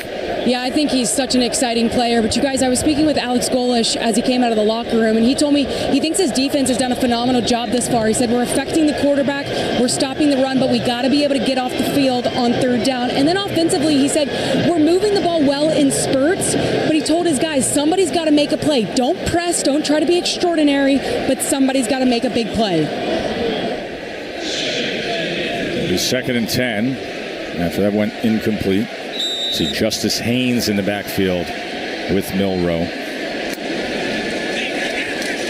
This is Milroe in design quarterback run as they bottle him up at the 39-yard line. Well, to go back and touch on this secondary from USF, last year they really struggled. They gave up 289 passing yards a game, which was 5th worst in the country. They've got 4 different starters now in the back end. 3 come in from the portal. Tavin Ward changes position, and in this game, you've seen them covering deep. Jalen Milroe has gone deep 7 times in this game. They have not given up 1 completion. They've had a couple of PIs, but they've been able to kind of limit the bleeding. 3rd down and 6 for Milroe. Pressure comes up the middle.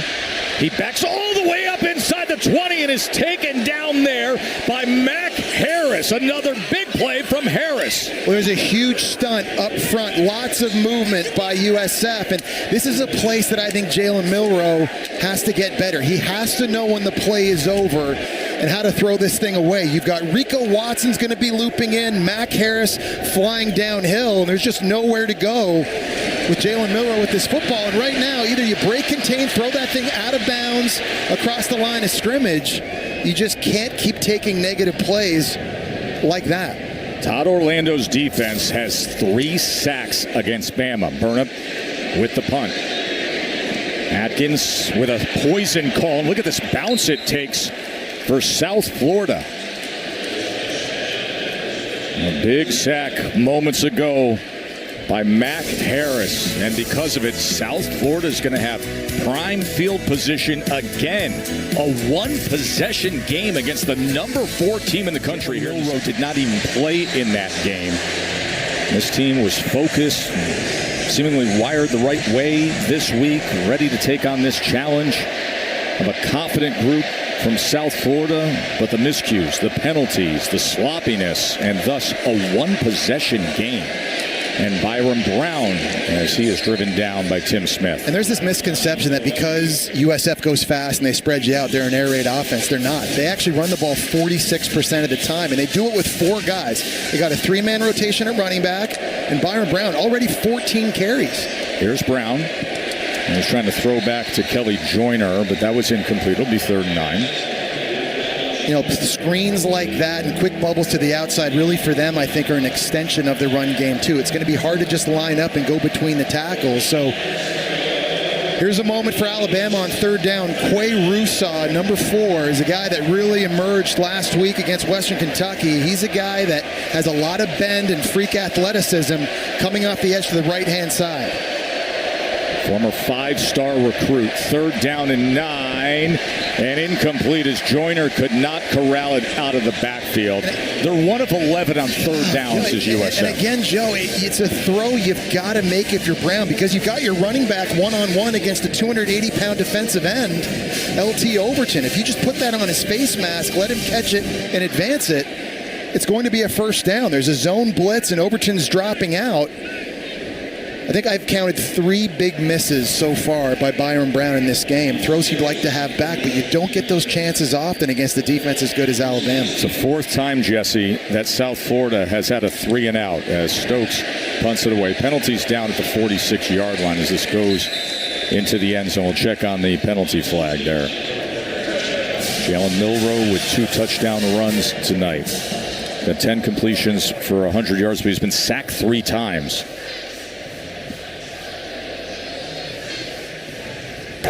Illegal formation, offense, pulling in 4 players lined in the backfield. A 5-yard penalty will be enforced from the end of the return. 1st down. Our Aflac trivia question focuses on that man, the 49-year-old Coach DeBoer, new head coach at Alabama, who's won 26 games since the start of 2022.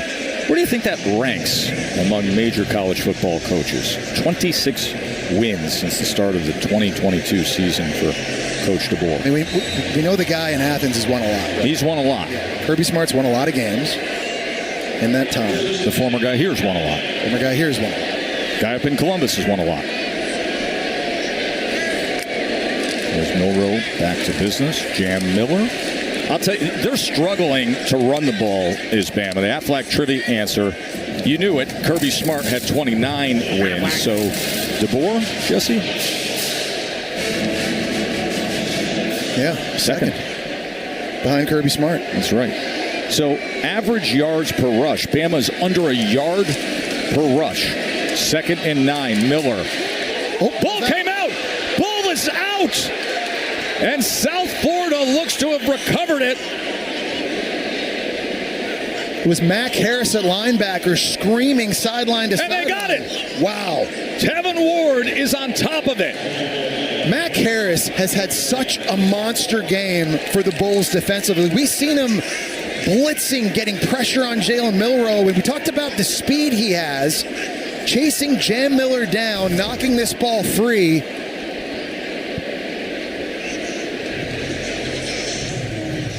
That's what you call a country fumble out there in the open grass. Just who wants it? Tevin Ward jumping on top of it. 2 big fumble recoveries here in the 3rd quarter for South Florida. They've got to do something with this field position, Joe. They couldn't do it after they recovered on the kickoff return. Sitting inside the 40-yard line now, they've got to come away with points. And the officials are looking to confirm that this is a recovery. Let's bring our rules expert, Matt Austin. Matt? Yeah, Joe, I don't think there's any question that it's definitely a fumble by the Alabama running back, but did they actually gain firm control before they touched the sideline over there? And I think that's what the replay official's looking at. Let's see if we have firm control before they hit the sideline. There's Tevin Ward. Now listen, Matt, I'll ask you this, much like when we talk about the completion of a catch, but you have to be able to see the firm control, because then all of a sudden he gets rolled up by multiple players. And it is a fumble recovery and a first down after the turnover, South Florida, as they take over at the 39-yard line of Alabama. Brown, he gets that ball complete, as that goes to Abdur-Rahman Yassin. And that wasn't easy either, because he had Jihad Campbell blitzing and was right in his face. But Brown's big at 6'3". He was able to stand in there and deliver the completion. 13 yards there. Here goes Brown on the quarterback run, but he doesn't find anything with Damon Payne making the tackle. I mean, he's dragging a 313-pound guy forward, Joe. You mentioned it earlier. He always seems to fall forward when he's running with the ball, and the extra 20 pounds that he gained this offseason is going to good use in this game. You've seen finishing runs. 2nd and 7. Keith straight ahead. He spins and rolls over a defender, and based on that mark, it's a first down, South Florida. And I think that's been South Florida's best conventional run, the outside zone to the right that's been allowing these running backs to cut it back.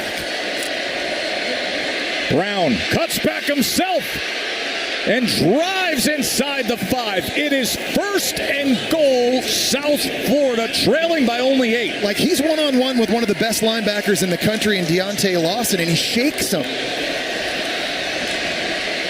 Straight ahead and straight in to Ron Keith. How about these South Florida Bulls?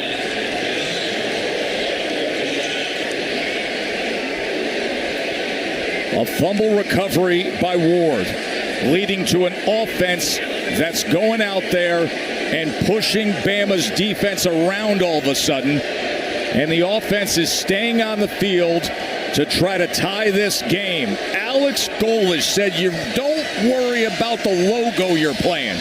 Go out there and ball.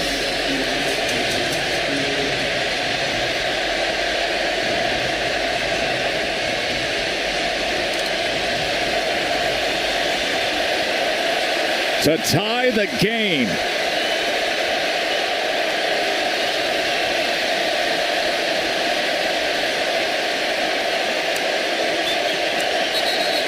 They're pointing at some movement up front as they were waiting on that snap. False start, offense 7-0. That's going to drive Alex Golish crazy, because South Florida had 7 blockers and Bama only had 6 guys in the box. The numbers were great for a quarterback run that time by Byron Brown. Only 6 dudes in here, and that would have been perfect for one of these inside power runs by the 230-pound quarterback. But the penalty now forces the extra point attempt.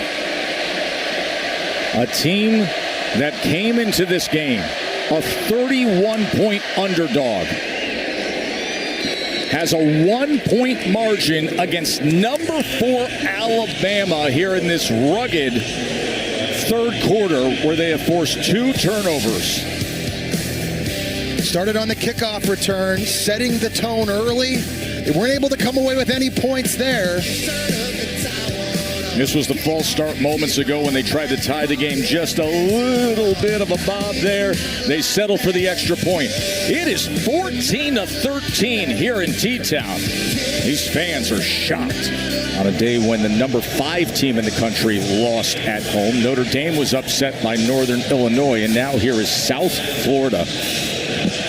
It was a 33.5-point underdog at the time we kicked off.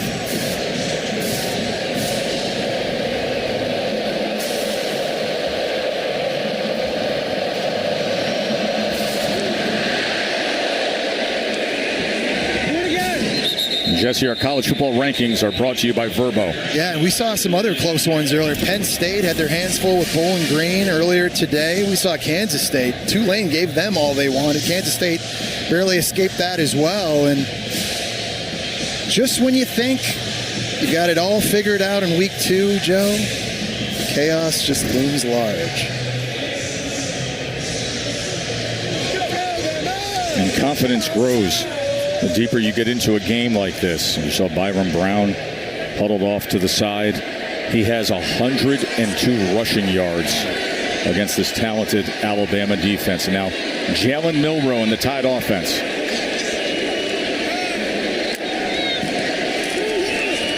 Haynes.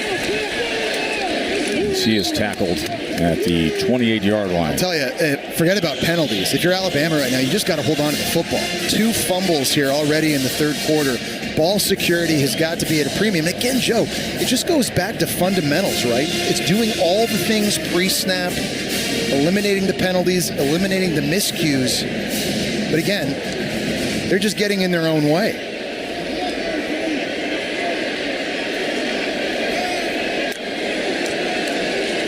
There's Milroe on 2nd and 7. No flag to be seen as Bernard was locked up with Brent Austin. It's going to be 3rd and 7. There was a lot of contact that time from Deshaun Rucker. I thought that should be PI, and I'm not sure if they felt this ball wasn't catchable, maybe too high, but there's just, that to me is defensive pass interference. Paco Austin got there early, and certainly Kalen DeBoer wants that call. 3rd and 7. They're 2 of 7 on 3rd down.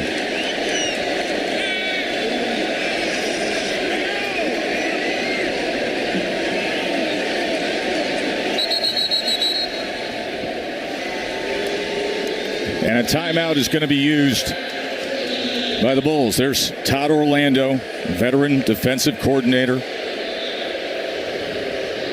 Last year they really came after Bama. They had 16 pressures. That was the most that any opponent had against Bama. Let's go back to look at what you felt was a pass interference, Jesse, and we'll bring in our longtime SEC official, now our rules expert, Matt Austin. Matty? Well, the ball was...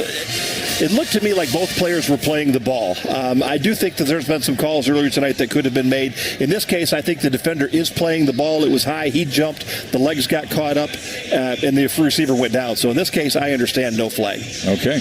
That is Matt's observation. It was pretty incredible, Joe. You're pointing out a moment ago Todd Orlando and just how aggressive he's been play calling and blitzing Jalen Milroe. There are a lot of D coordinators out there that don't want to blitz him because if one guy gets out of a gap, Jalen Milroe takes off. He has brought pressure play after play after play. In situations like this, 3rd and long, Mac Harris, number 24, who's had a massive game from the inside linebacker spot.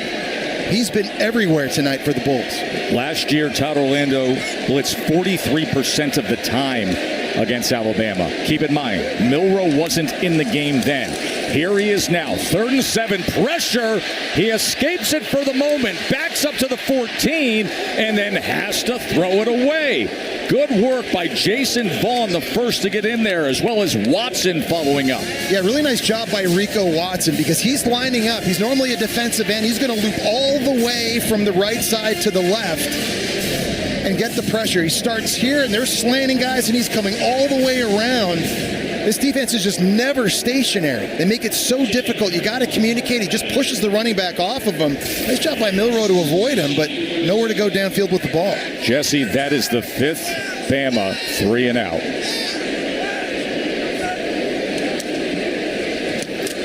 Burnett, as he skies this. And a fair catch around the 35-yard line by Atkins. Our playbook is brought to you by Modelo, a chance to look at Todd Orlando's Bulls defense. Yeah, and listen, it's not just blitzing. They've been pretty good in the run game as well. You see getting penetration, playing downhill, and just creating havoc in the backfield. People filling linebackers playing downhill. Remember, they're playing without their leading tackle from a year ago, Jalen Schuler. So guys have stepped up, and they've made big plays. You've seen the speed that South Florida has, creating all types of problems. But Todd Orlando, the defensive coordinator, man, he is calling a masterpiece. This has been his tour de force, I think, since he's been at South Florida.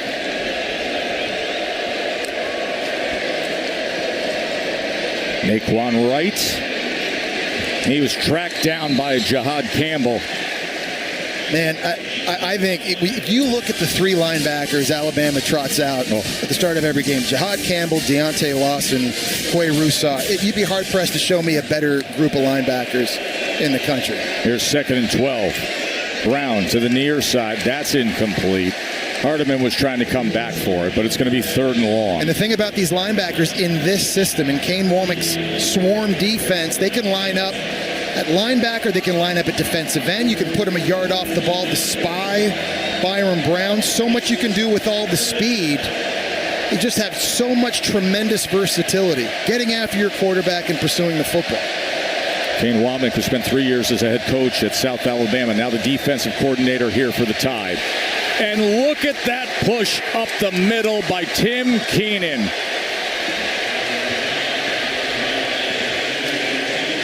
He's 326 pounds. There's only so much you can do. It's just right here, and he's going one direction, backwards.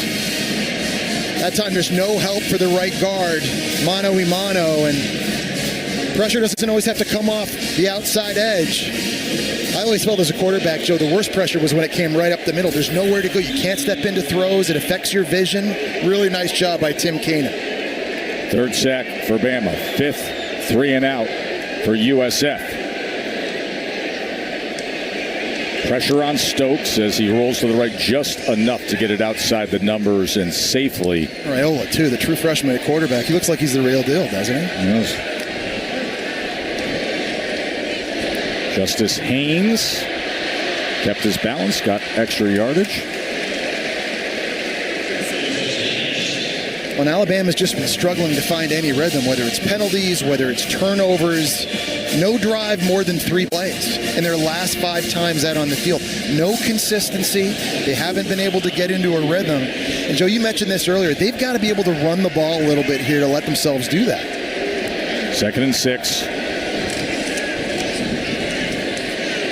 Haynes can't find anything. I mean, you got to give South Florida credit up front. That time it's Decarius Hawthorne, number 90. He's just not getting moved. He's winning his one-on-one battle outside. Got to be so impressed, I think, with the toughness and the physicality, not just the speed, the toughness of this front 7 for USF. Only 42 rushing yards for Alabama. Their longest rush today is only 13 yards. 3rd down and 5.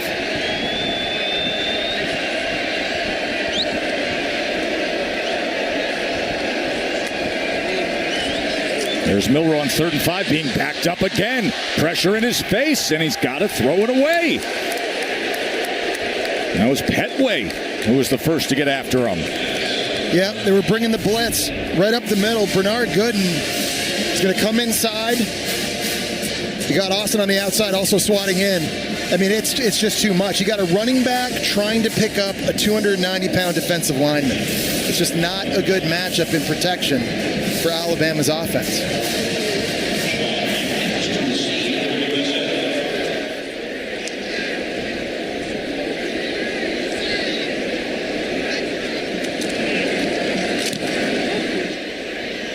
Ingram sends a big knuckler down to the 12-yard line. With the legs of Byram Brown. He's gone for 94 yards rushing. And the toughness, too, because, we saw some zone read action early. It was giving Bama some problems. But we've seen the up the middle the run. That to me has been the most impressive thing. Lowering his shoulder, taking on defenders, running through linebacker tackles.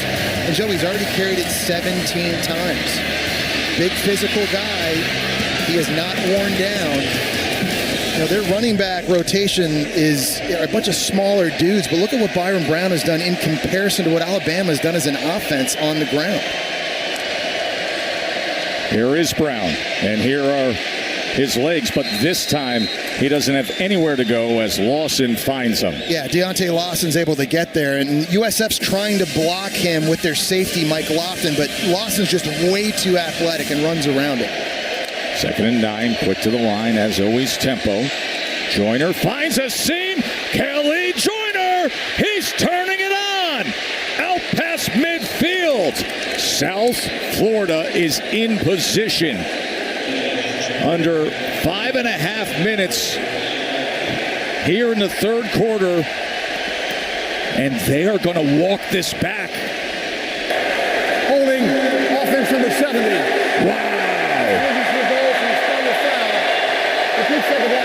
The left tackle, R.J. Perry. He was out working against Jihad Campbell. He's here. He's going to kind of get up into the second level, try to get a block on Campbell. This thing looked like it was a jailbreak. It was going through. Just a little bit of a tug there. Alabama was the O-line that had issues with it earlier. I mean, that's and he's looking around too. And I mean, that is that a hold? Matt Austin, what do you think of that? Yeah, I didn't see much restriction there. I think the official might have got fooled a little bit because the defender turned sideways, so it looked like he had his hands wrapped around him when he really didn't. So, yeah, there wasn't much there. He does grab the jersey a little bit there under the armpit of Campbell. I guess by the letter of the law, that's a hold. I guess it didn't seem like looking in that armpit, but yeah, I mean, listen, when you watch it live, your eyes, Matt's eyes, my eyes, the crowd. I mean, yeah, seeing that last view with him grabbing the shirt right there in the armpit, I think that's a good call because that definitely was a little bit of restriction. The defender couldn't break away, so that was a good call. And thus it wipes out the explosive play by South Florida. It's been penalties that have been costly for Alabama all night, but South Florida's had their side of the ledger as well, and that was the costliest. In these situations, Byram Brown's been missing receivers that have been open. He's got to start getting more accurate throwing the ball. 2nd and 14. This crowd here at Saban Field at Bryant-Denny is getting loud.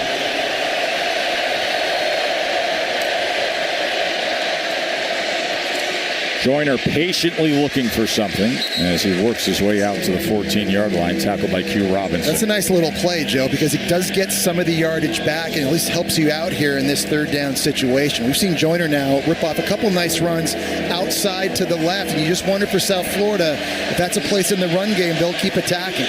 This has been a disaster for South Florida. They're 1 for 12 on third down. 3rd down and 7. Can they move the chains? Brown, pressure up the middle. Flag comes in again as he throws it out of bounds and incomplete, looking for Sean Atkins. No, I mean, the center, Mike Lofton, essentially tackled. Big number 96, Tim Keenan for USF. It's the only way they've been able to stop Keenan tonight. Offense number 65. The loop's coming in here. This is where the hold is, right in the middle. Just a little bit late picking it up. And he just takes big Tim Keenan down to the ground.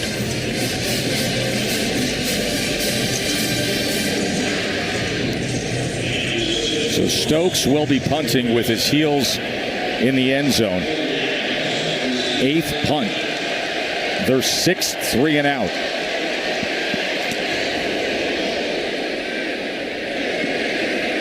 Takes a bounce past midfield, harmlessly goes out of bounds.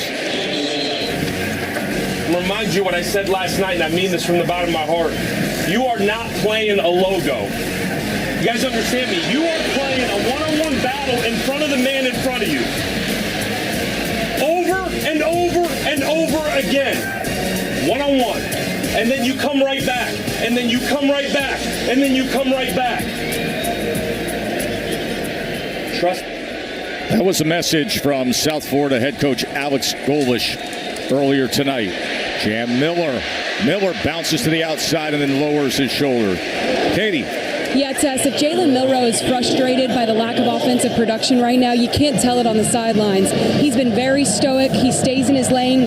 He's been watching clips on the iPad, talking to Nick Sheridan on the comms. And look, guys, there's a lot of guys down here who have been frustrated. I've seen multiple helmets being thrown, but Jalen Milroe is not one of them. He's kept his head about him. Katie, it's a great point. You know, poise sometimes shows a lot of leadership. That's something certainly Jalen Milroe has a ton of, and they're going to need that here in the second half.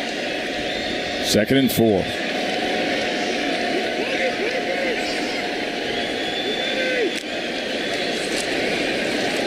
Miller, a lot of room to get revving there as he goes ahead for the first down, tackled by Bayard. The penalty flag down. I'm not sure if Alabama had enough guys up on the line of scrimmage on the offensive line. Offside. Defense number 99. 5-yard penalty for the previous spot. The result in a first down. I thought the right tackle for him. He was a bit off the line. He was lined up right across from Rashad Cheney. He lined up in the neutral zone. Joe, you've seen how Alabama run the ball the last 2 plays, and offensive line firing off a little bit and finally creating some space for Jam Miller and these backs. First time that Bama has been in South Florida territory since 3:28 to go in the second quarter.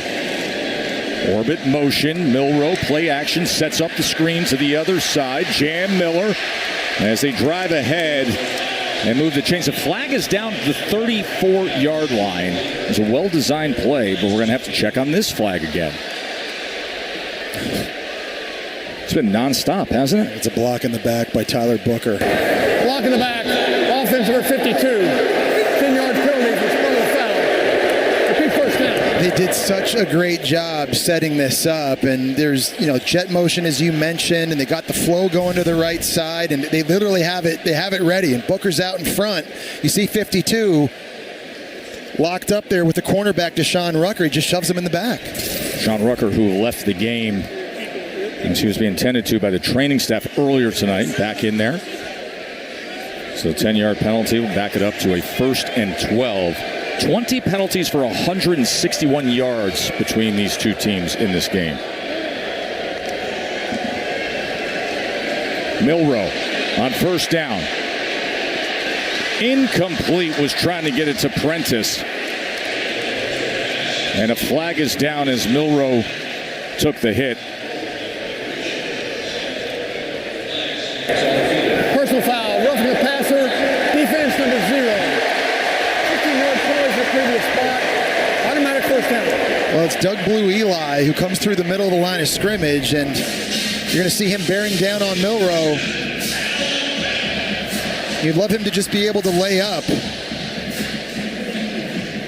But he's running full speed, and he's a 300-pound guy, and he can't stop. And, he's not scooping him up and slamming him in the ground with the intent to punish. Joe, when I played, that definitely was not a penalty. No, that was pretty much every play. Targeting was happening every single play. First down at the 30-yard line for Bama. Milroe with a man on his feet, but his fleet feet extended. Another flag comes down as he just throws it again. I mean, this game is so choppy with all the penalty flags. Yeah, guess who? Welcome Formby at right tackle. They may start watching O-line film tonight. Holding, offense number 75. 10-yard penalty for the previous spot. And that might be the 4th holding penalty on him in this game. And Decarius Hawthorne, number 90 for USF, has been very, very disruptive. But Big 75 is having a big hard time. I mean, he's getting beat across his face to the inside over and over and over again.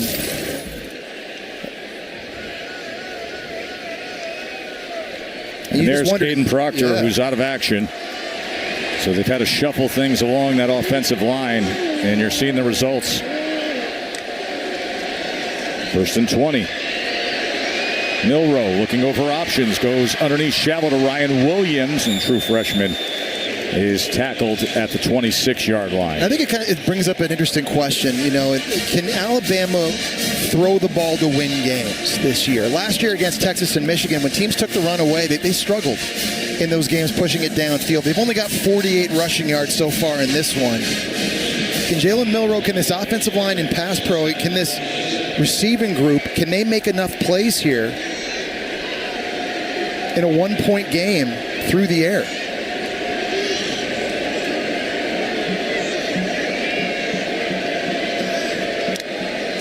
Second and 7, and he keeps it with Miller. And Miller able to turn the corner, and they're going to mark him about a yard short of that line to gain. That's a really good read by Jalen Milroe here, because he's reading outside. He's looking at Michael Williams, number 14, to see if he hesitates. And if he does, that tells him to give it to Jam Miller. And then you see Miller's speed. They'll sometimes line him up at wide receiver. They'll give him jet sweeps. But getting him to the outside, I think, is where Jam Miller truly shines in this offense.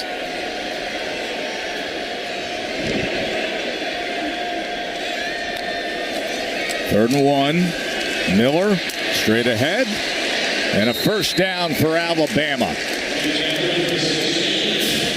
Really good job that time by Parker Brailsford at center, the transfer from Washington, one-on-one against Hawthorne. And we talked about being very disruptive, but he wins his battle. I think the biggest upgrade Bama made this year across the whole team was at center, bringing Brailsford in. Quick to the outside. Williams spins but can't break free. Ryan Williams thought he could turn and get upfield right to that goal line, but he was tackled by Brent Austin. Nice quick read. They were giving a lot of access off the line of scrimmage, so it's an easy pitch and throw for Jalen Milroe. And, Joe, this has been the area of the field inside the 10-yard line where Jalen Milroe has been able to go to work with his legs. 2 rushing touchdowns, and they like to call a bunch of designed runs for him in this area of the field.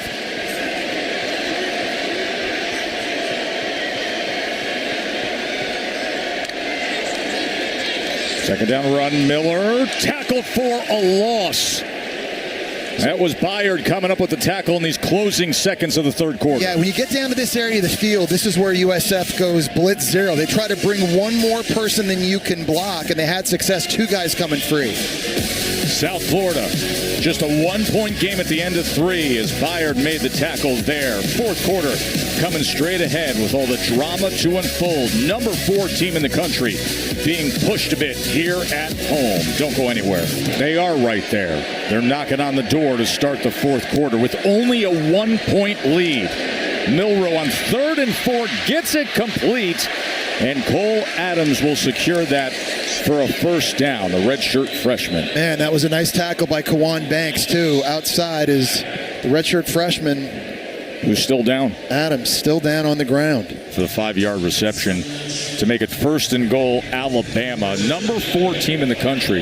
They're favored by 33 points in a 1-point game here in the fourth quarter against South Florida.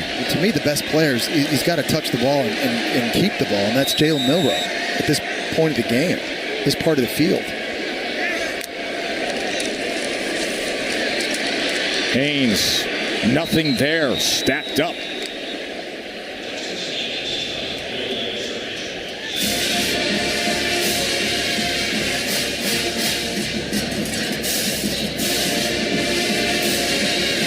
"26 straight wins against Group of 5 teams by massive margins. Not tonight." You got a USF player down. It's DeMarco Augustin. His backup safety. Yep. When you think about that stat of 26 straight wins against this level of opponent by an average of 38 points per game, you think about the fact that Alabama has not lost to an unranked opponent at home since 2007. Drive of the second half. 10 plays, 50 yards. Second and goal. Milroe to pass. And he gets it to the big Robbie Oots.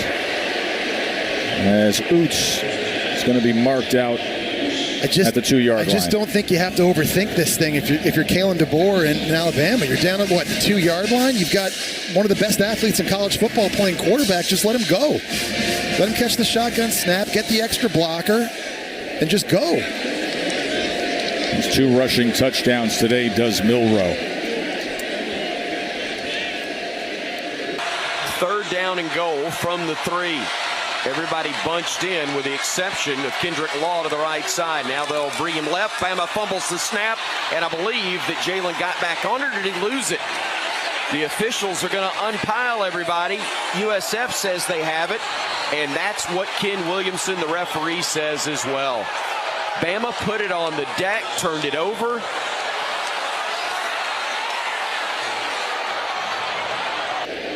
It's South Florida's ball. And interesting to have Jalen Milroe go under center this close to the line of scrimmage. Obviously, a fumbled exchange. You don't have to tell Alabama about center quarterback exchange issues, especially after last season. They had Kendrick Law going in jet motion, and I don't know if he was going to hand that off or not, but the timing of it all was messed up. He never was able to get the ball, and what a massive, massive mistake for Alabama right down on USF's goal line. Bernard Gooden with the fumble recovery at the 4-yard line. Hawthorne was in there as well. The 3rd Bama fumble all this half, just when they were looking to try to extend that slim 1-point lead.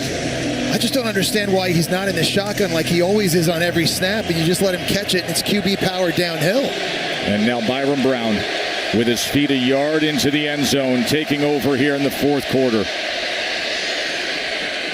I think if you're USF here, Joe, you're just trying to get some breathing room, right? You're just trying to get away from your goal line. And not just the goal line, but that student section here at Saban Field at Bryant-Denny. This is an area of the field, too, where you wonder how much the coach-player communication works on the microphone. This is the loudest part of Bryant-Denny Stadium.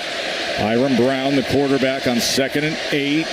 He's going to keep it himself, and Brown slips up as he made that cut out to the 11-yard line. If he kept his footing, perhaps he would have moved the chains, but it'll be a big 3rd down now for Alex Golish and the Bulls. Under 13 minutes to play. A 33.5-point underdog against number 4 here on a night when they're celebrating Saban. 3rd and 3 out of the backfield. Keith, defensively, they got to him, and it looks like he's going to be marked short. And that's another example of an inaccurate throw by Byron Brown. If he's able to put that out in front of Teron Keith, he can catch it and advance it, but because it's thrown behind him, it slows down all his momentum, and then it's Justin Jefferson who's able to rally to it and make the tackle. It's an excellent tackle by Jefferson. He was the number 1 ranked JUCO linebacker in the country. And now they're going to send the punt team out there. Remember, a new punt returner for Bama because of the injury to Cole Adams. So Stokes from the end zone after the turnover down near the goal line as he skies it away, looking to flip the field. This is a line drive of a punt fielded at the 38 by Mbakwe, and he's got a good return. And Bama's going to have great field position. Just moments ago, they thought they were going to punch it in. Jalen Milroe on the snap. Bad exchange. And the frustrations for the offensive coordinator, Nick Sheridan. More to come. And our entire crew thrilled you're with us here for this broadcast from Tuscaloosa. Saban Field at Bryant-Denny Stadium, the new name here in T-Town. Just a 1-point margin.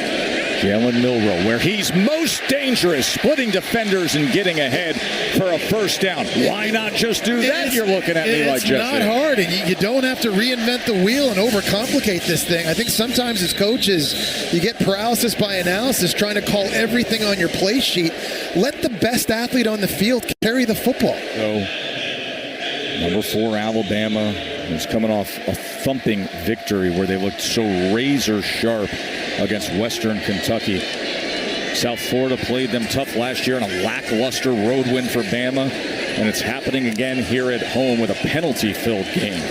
Haynes straight ahead as he gets it down to the 17-yard line. And you got to give USF their credit, though, Joe, especially on defense. And what did Alex Golesh tell them in the pregame? He said, win your individual battles. And I got to say, this D-line, the front seven for Todd Orlando right there, the secondary, more often than not, they've been winning their one-on-ones in this game. And he said, when we're at our best, we can play with anybody in the country. The defense has proven that tonight. 2nd and 6.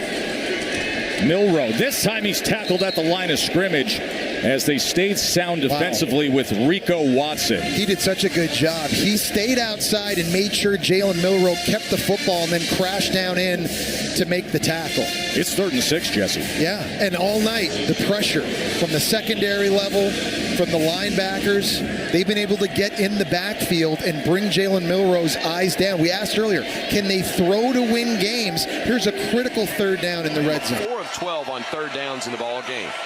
Williams goes in motion to the left side, bringing a 3rd wide out there. Haynes, the running back, to the right. Milroe gets the snap, trying to avoid the rush. Steps forward, fires a pass. Catch is made, breaking a tackle into the end zone. Touchdown, Kobe Prentice, the Calera native, adds to the Bama lead. It's a 7-point advantage with the extra point pending. 16 yards on the throw, catch and run. Jalen Milroe, his first touchdown pass of the night. And boy, he had to work to find his man there. Well, I tell you what, though, they motion the formation, and that kind of tips off if it's going to be man or zone. You knew you had zone coverage, so it's just a matter of finding the right hole. But in Jalen Milroe stepping up, kept his eyes downfield, was able to find one of those voided areas, and Kobe Prentice was sitting in it, was able to break a tackle. Set up by a good punt return. And then cashing in on the opportunity was Milroe. Well, I'm just going to say this. Alabama was lucky this was not a hold on right tackle Wilkin Formby, because it looked like he got a little bit of a pull against Rico Watson on the right side. Right over here. I mean, this call could easily go either way. To me, when I watched it live, right at this point, I think that's a hold. But they don't call it. And Jalen Milroe last year takes off and runs. This year, he keeps his eyes downfield, spots Kobe Prentice. Nice accurate throw. He goes and does the rest. Nick Sheridan, the offensive coordinator, saying we needed that. This was Mbakwe on the punt return that set things up. Didn't hesitate at all. Took advantage of the block. Had the big return. It was capped by Prentice with a 16-yard touchdown catch. And for Bama, the first points since 3:28 in the second quarter. And still a one-possession game.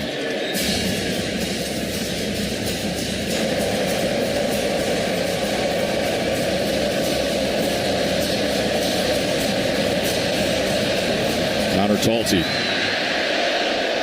as he kicks away. Well, defense has had some moments, but what do you need to see from the South Florida offense with the game on the line here now with 10 minutes to play? Can they throw the ball? Yeah. They've been one-dimensional this entire game, and it's been impressive, especially Byron Brown toting the rock from the quarterback position, but he's missed a lot of throws today. He hasn't been accurate, and you just get the feeling, if you're going to beat Bama, and all these NFL players on defense they have here at home at Bryant-Denny Stadium, Byron Brown's going to have to start hitting some throws. Brown is 11 of 25 for just 68 yards passing, and he's been sacked 3 times. But it is crunch time. And he throws it a little bit behind the intended target, but a catch by Brown Stevens. That was an incredible catch by Brown Stevens, running the dig route, going across the field. John Legend's nephew showing his hands. Yep, he's the nephew of the Grammy Award winner. And here's a big run now by Wright. And here comes South Florida to respond. Yeah, Naquan Wright is a physical runner, 5'9", 200 pounds. He trucked Caleb Downs in this game last year, and they're showing you the tough running right up the middle. Quick tempo.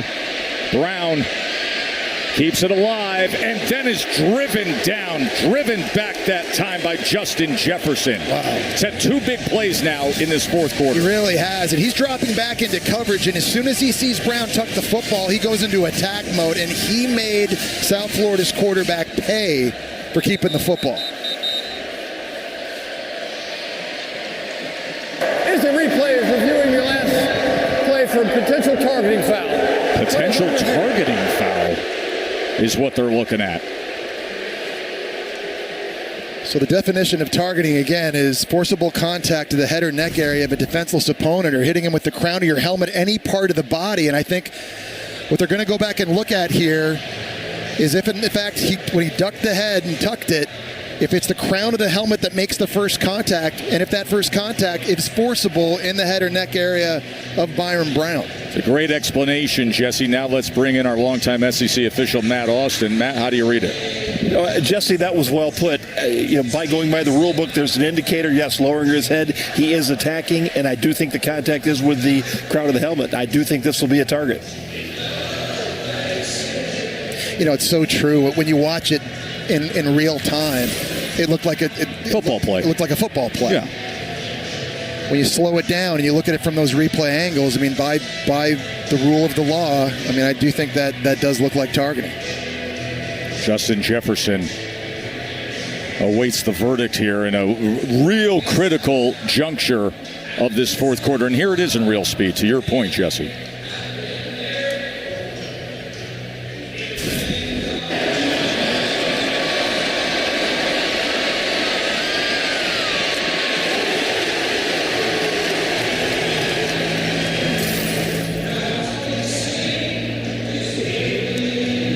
Consider the circumstances right now as it stands. 2nd and 11 at the Alabama 43 with South Florida trailing by 8. But the targeting will obviously be a huge boost to South Florida's chances here late. Here's the call. After further review, number 15 of the defense committed a targeting foul with the front of his helmet.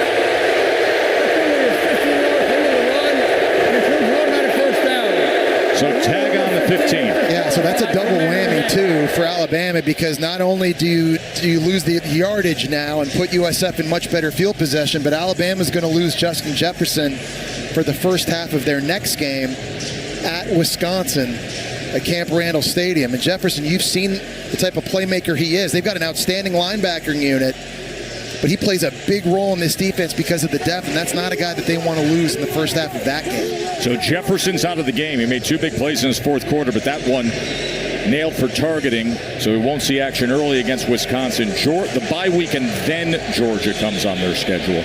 But right now, Bama is in a fight. First down. South Florida. Wright's got a seam. Inside the 10-yard line, it is 1st and goal Bulls with under 9 minutes to play. Everybody from Alabama crashed down into the middle, and that was the read for Brown to hand that off to Wright. Here he is again, this time clogged up and driven back. 8.5 minutes to play. A team that entered the night as a 33.5-point underdog against a Bama team that was locked in, focused, and honoring Nick Saban. 2nd and goal. Right? Man, get an extra push. Not much there. I got to say, though, I'm impressed with how well South Florida's run the ball against a much bigger and much more athletic front seven from Alabama. They've got 180 rushing yards at this point. Alex Golesh, he's just going downhill. This is just physical, mano-a-mano, and they're winning in the trenches. Remember, Alex Golesh, the head coach, the play caller here, he was the offensive coordinator play caller for Tennessee when they upset Bama 2 years ago. Now is the head coach. Big game hunting for real here. Fourth quarter, 3rd and goal. Byron Brown looking to run it himself. Not much room. Spins inside the 5-yard line. It was LT Overton, the first to get there. The transfer from Texas A&M, who's a 6'5", 285-pounder. I think you got to go if you're Alex Golesh here. I mean, he's bringing the field goal unit out, but I don't know if you're going to get this opportunity again down inside the 5-yard line.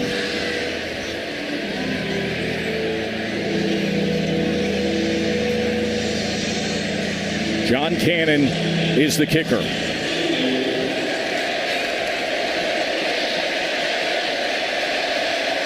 From 22.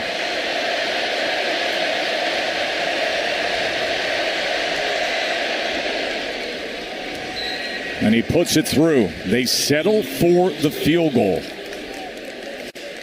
The thing is, you still need a touchdown to win. Yes, exactly. And so, I understand you want to pay the drive off and you want to get points, but taking advantage of the targeting penalty, putting you in great field position, breaking off some runs like that, an incredible catch with Michael Brown-Stevens. They have not thrown the ball very well. I just think that was a situation really to deliver a message to your team and a confidence in them. Playing here on the road in a game nobody expects you to win, but just kind of put your chips in the middle of the table and go for it.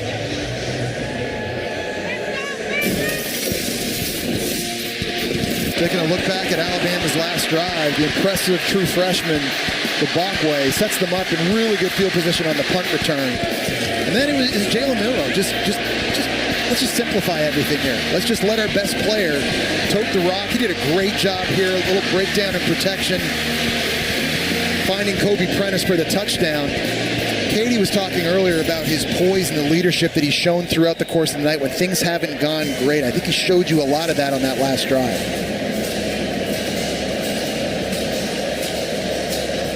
Nico Chromatica, who had the fumble recovery earlier to kick away.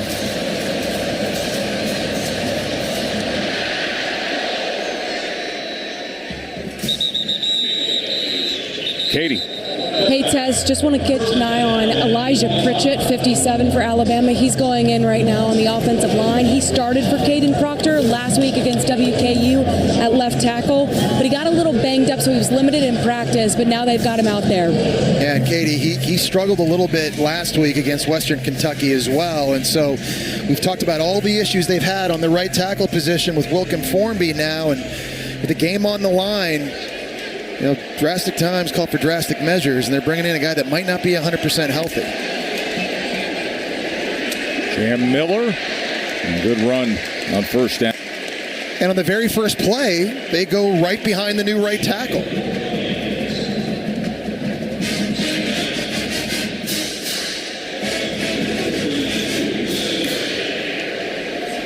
Second and 3. Miller again. Here he goes. Jam Miller past midfield. Really nice job by patience and vision by Miller. He keeps his shoulder pads square to the line of scrimmage, and that essentially gives him a three-way go. You see right here, he's just kind of waiting. He can go left, right up the middle, or bounce it to the right. Really nice job fundamentally there by Miller. Putting 3 men to the right side. Pass goes left. Williams makes a man miss. Foot race now. 15, 10-5, touchdown! 43 yards. Jalen Milroe finds Hollywood, and Williams takes it to the house. Chris, you know what I love most about this is the fact that it's a simple play. It's just a little hitch route. You get the ball into your playmaker's hands. He makes a guy miss, but then at the last minute, he feels pressure coming from his backside. He changes the ball from his right to his left hand and does something so old school but so effective. Uses his stiff arm to keep the defender off of his legs as he's able to go across the end zone. Last week, an 84-yarder from Milroe, a 55-yarder from Milroe. And just when they needed it most, the true freshman, the 17-year-old who reclassified, the youngest of all, comes up big. Well, we've seen USF's corners press man coverage all game. This time, Paco Austin's giving Ryan Williams 10 yards of cushion. So, easy decision by Jalen Milroe. Did you see the first 5 yards by Williams after he caught the ball? I mean, he just explodes. He's so quick and he's so fluid and difficult to tackle after the catch. His balance is incredible. And you can see again why Alabama faithful believe this is the next great Bama wide receiver. They call him Hollywood. But you talk to those around the program. We had a conversation with the offensive coordinator, Nick Sheridan, yesterday. He said for a 17-year-old, his humility, his work ethic, and it's all based on the fact that he loves ball. He said ball finds energy, and he has energy. Does he ever?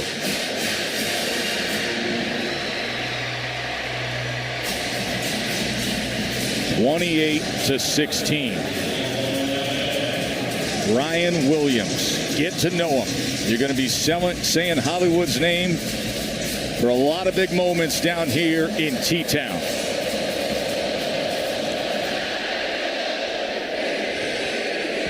We get the opportunity to check in with Matt Berry. What's up, Matt? Outstanding offensive minds. A lot of creativity between those two as well. If you're a fan of offensive football, it could be a fun one to watch. There's Byron Brown on first down, and it's incomplete, out of bounds.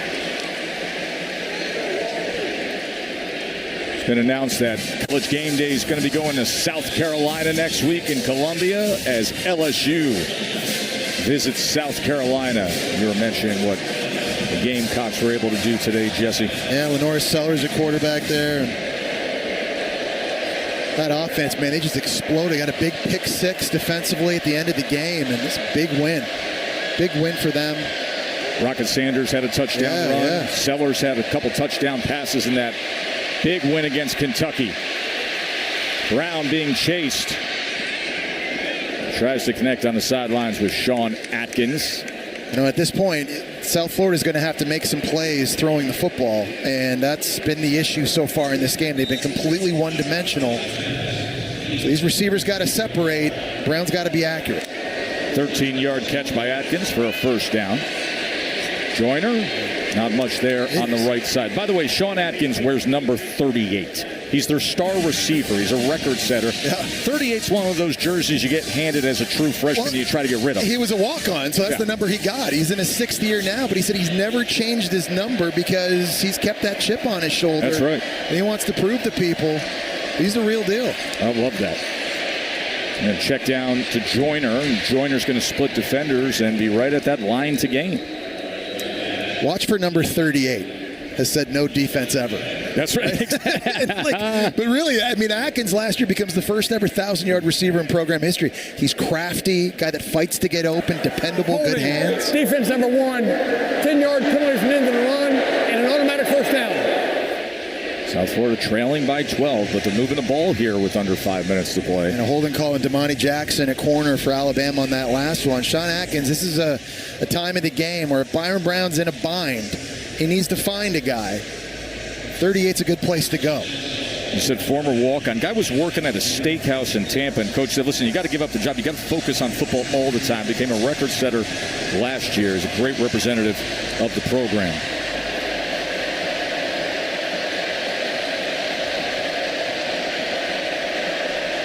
First down at the Alabama 43. Brown. And check down again, this time to Keith. And Keith is met by Campbell. I tell you, Joe, the speed that Alabama has at linebacker, I mean, Jahad Campbell, you just saw him, but we talked about Deontay Lawson and Quay Rousseau and Q Robinson. It's so hard to go sideline to sideline horizontal and run away from these guys. You can't do it. 2nd and 9. Brown spins out of it at midfield.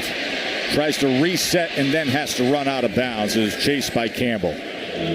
Preseason All-SEC selection, primed to have a huge year as Campbell. Well, he's 6'3", he's 245 pounds, and you're just not supposed to move like that for a guy his size. He's tired, though, because he's been chasing Byron Brown all night long, dropping in coverage and having to react to the football. See, hands on the hips. Big 3rd down here. 3rd down and 7. Q Robinson, Tim Smith, and the rest up front looking for a stop on 3rd and 7 with 3.5 minutes to play.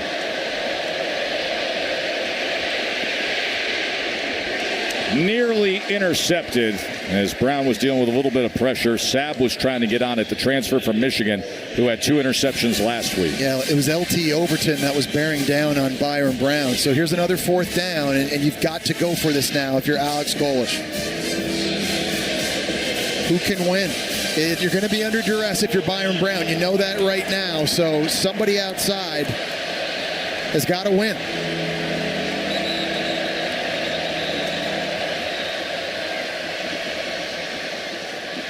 Fourth down and 7. And a timeout is going to be used by South Florida. And we will take a commercial break. Alex Golish and this offense will talk things over. They're facing a 4th and 7, trailing by 12 when we return to Tuscaloosa. Joe, Jesse, and Katie with you. As Nick Saban has been looking on at his former team he coached. Now the field's named after him. And Coach DeBoer has been watching a team that's been penalty-filled, but then bursts of excitement. And now a 4th and 7 for South Florida, trailing by 12. You've got Abdur Rahman Yassin down here working one-on-one against the true freshman, isolated with a safety in the middle of the field. Incomplete. No flag. Josh Porter was the intended target. And I think he had a shot at maybe throwing a touchdown to Rahman Yassin. They had him running a fade route down the boundary here. And it looked to me with a safety in the middle of the field, he got behind him, and that's a shot he could have taken. You called that, Jesse.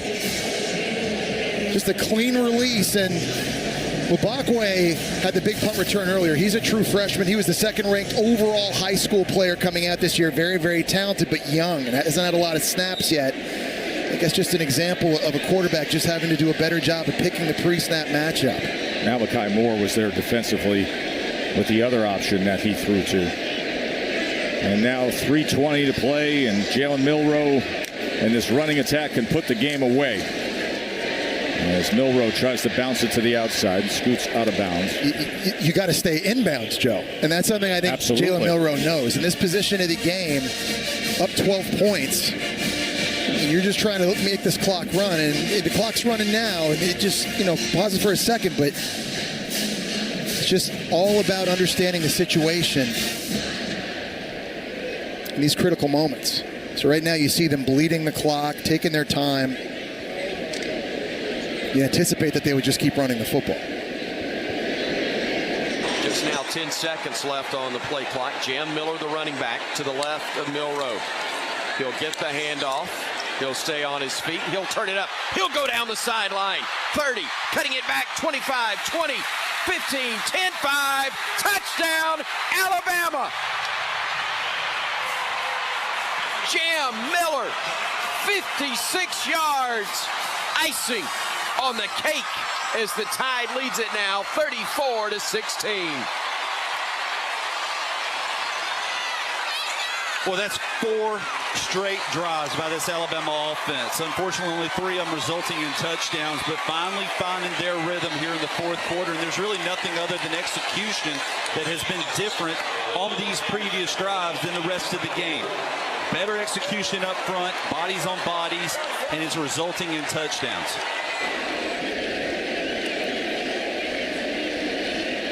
Talent eventually took over. Explosive talent. Well, we talked about this offensive line. They've had a lot of issues today, but on that last touchdown, you saw their athleticism. It starts with Jaden Roberts at guard, getting out and getting a block, and then Parker Brailsford at center, pulling around and getting a block on the linebacker, Jamie Petway. Safety takes a bad angle. Jam Miller is able to bounce it, and he shows you his speed and elusiveness out in the open field. And Jesse, you reflect now on just the last 2.5 minutes. When you have a guy like Ryan Williams who could go for 43 yards, and then a player like Jam Miller who can do this. Yeah, and if you just stay out of your own way, if you don't have the turnovers, if you don't have the penalties, I mean, the sky's the limit for this offense. The crazy part is there's a lot of people at home that won't have watched this game. They're going to see the box score after and go, oh, yeah, Bama won 35-16. Yeah, they handled them. The game was always never in doubt. Too much talent. But that's not the real story here. I think you've seen kind of the majority of this game, USF plays so well on defense, and Alabama just keeps shooting themselves in the foot, but you're seeing a short glimpse here of these last 2 drives. If they just play clean, they're explosive. I agree with you. It's going to be so deceiving. But then Williams and Miller can fix a lot of things, can't they? They sure can. There is Jam. Such a great all-around running back. Yeah, you think about what they lost with Jace McClellan going off to the NFL at running back and Roydell Williams transferring to Florida State. They need to rely on Jam Miller and Justice Haynes to carry the football and spell each other and make big runs like that. They've got home run hitters lined up all over this offense at their disposal. With a dynamic quarterback like Jalen Milroe, they're going to be difficult to stop if they can play smart football. And that's really a 1A, 1B kind of situation. with the running backs. And it's Byron Brown, just goes underneath, and that's incomplete as he was trying to get it to right. I think the truth is for Alabama, Joe, is you could talk about, well, you've got to go to Tennessee and they've got to go to LSU and Oklahoma, and Georgia's coming here in a couple weeks. Auburn's coming in, Missouri's coming in, but the focus really needs to be on Wisconsin next week, Camp Randall Stadium, and fixing the penalty issues, and fixing the turnover issues, and giving themselves an opportunity. Obviously some concern with the offensive line tonight.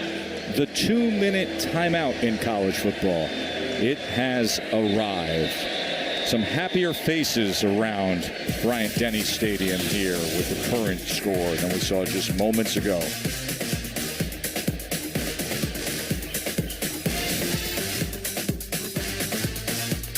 Yes, it's always good to catch up with SEC football final at the end of one of these Saturdays, right? Dari and CD and Benjamin Watson, and get you caught up on everything. Yeah, all the highlights and analysis. A bit of a crazy day, too, all around college football, but certainly in the SEC as well. They'll be leading off with how good Texas looked up at the Big House today. How about Tennessee just blasting NC State? They look good. Mississippi State and Arizona State set to come your way. We'll wrap up these final couple minutes here in Tuscaloosa. Saban Field at Bryant-Denny Stadium, forever to be known now. Brown on 3rd and 6. Looking for an opportunity, goes against the grain and incomplete, so it'll be 4th down from there. I know the game's got out of hand a bit, Joe, but I think we'd be remiss if we didn't give credit to USF and just how different of a football team they are this year in Alex Golish's 2nd season. They are so much improved on the defensive side of the ball, and I think they're good enough to compete for an American Conference championship this year. It's going to be tough. You got Memphis coming in at home. You got UAB, who beat them a year ago with Trent Dilfer, coming to home. You got to go on the road against a good Tulane team that almost beat K-State today. Also got to go at FAU, who beat them a season ago. But the talent across the board is improved. And they've got a head coach, Joe, that they respond to him and what his message is. That was the case tonight. 4th and 6 for Golish's offense. Incomplete. In a couple weeks, they're going to be playing that loaded Miami team, Jesse. Yeah, and we've seen them in person, too. There's a chance, when it's all said and done, that USF maybe plays 2 playoff teams this year from the Power 4 in Alabama and Miami. There's a chance of that. You see Alex Golish there hugging his quarterback. He knows how much of a warrior he's been, how much toughness he showed today and displayed today. They've asked a lot from Byron Brown in this game. Carrying the football for 108 yards and time again. Milroe will hand it off to Justice Haynes, going right side, cuts it back, stays on his feet. Haynes at the 10, Haynes at the 5, Haynes into the end zone, touchdown, Alabama, 29 yards. Well, if you question the strength and the stamina of this Bama team, I think we learned a lot. Absolutely wearing down USF. And explosive plays coming. They have scored 2 touchdowns, the Tide has, on consecutive plays, but it's taken 3 plays total on the last 2 scoring drives. 677, Jaden Roberts pulling.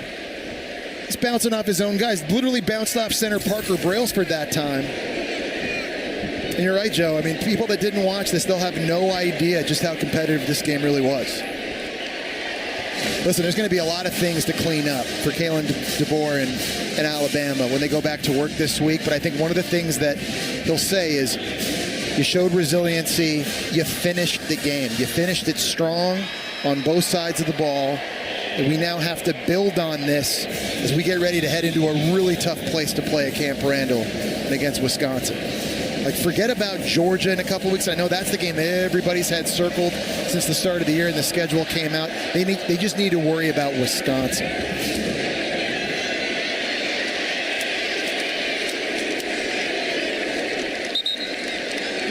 Jalen Milroe. First player in program history to have consecutive games where you throw for 2 and run for 2. As Joyner takes the carry, Bryce Archie has come into the game to clean up this game here in the final minute and change. The backup quarterback is a transfer from Coastal Carolina. As Byron Brown's evening is done, and for the second year in a row, he plays this kind of game against Alabama where he runs for more yards than he passed for. That happened last year as well. He ran for 108 tonight, did Brown, and he passed for 103. And there is Byron Brown. He's going to need an ice bath after this game. 23 carries against Alabama, Compression sleeves, IVs, all the fluids. Player for Alabama down. It's Bray Hubbard.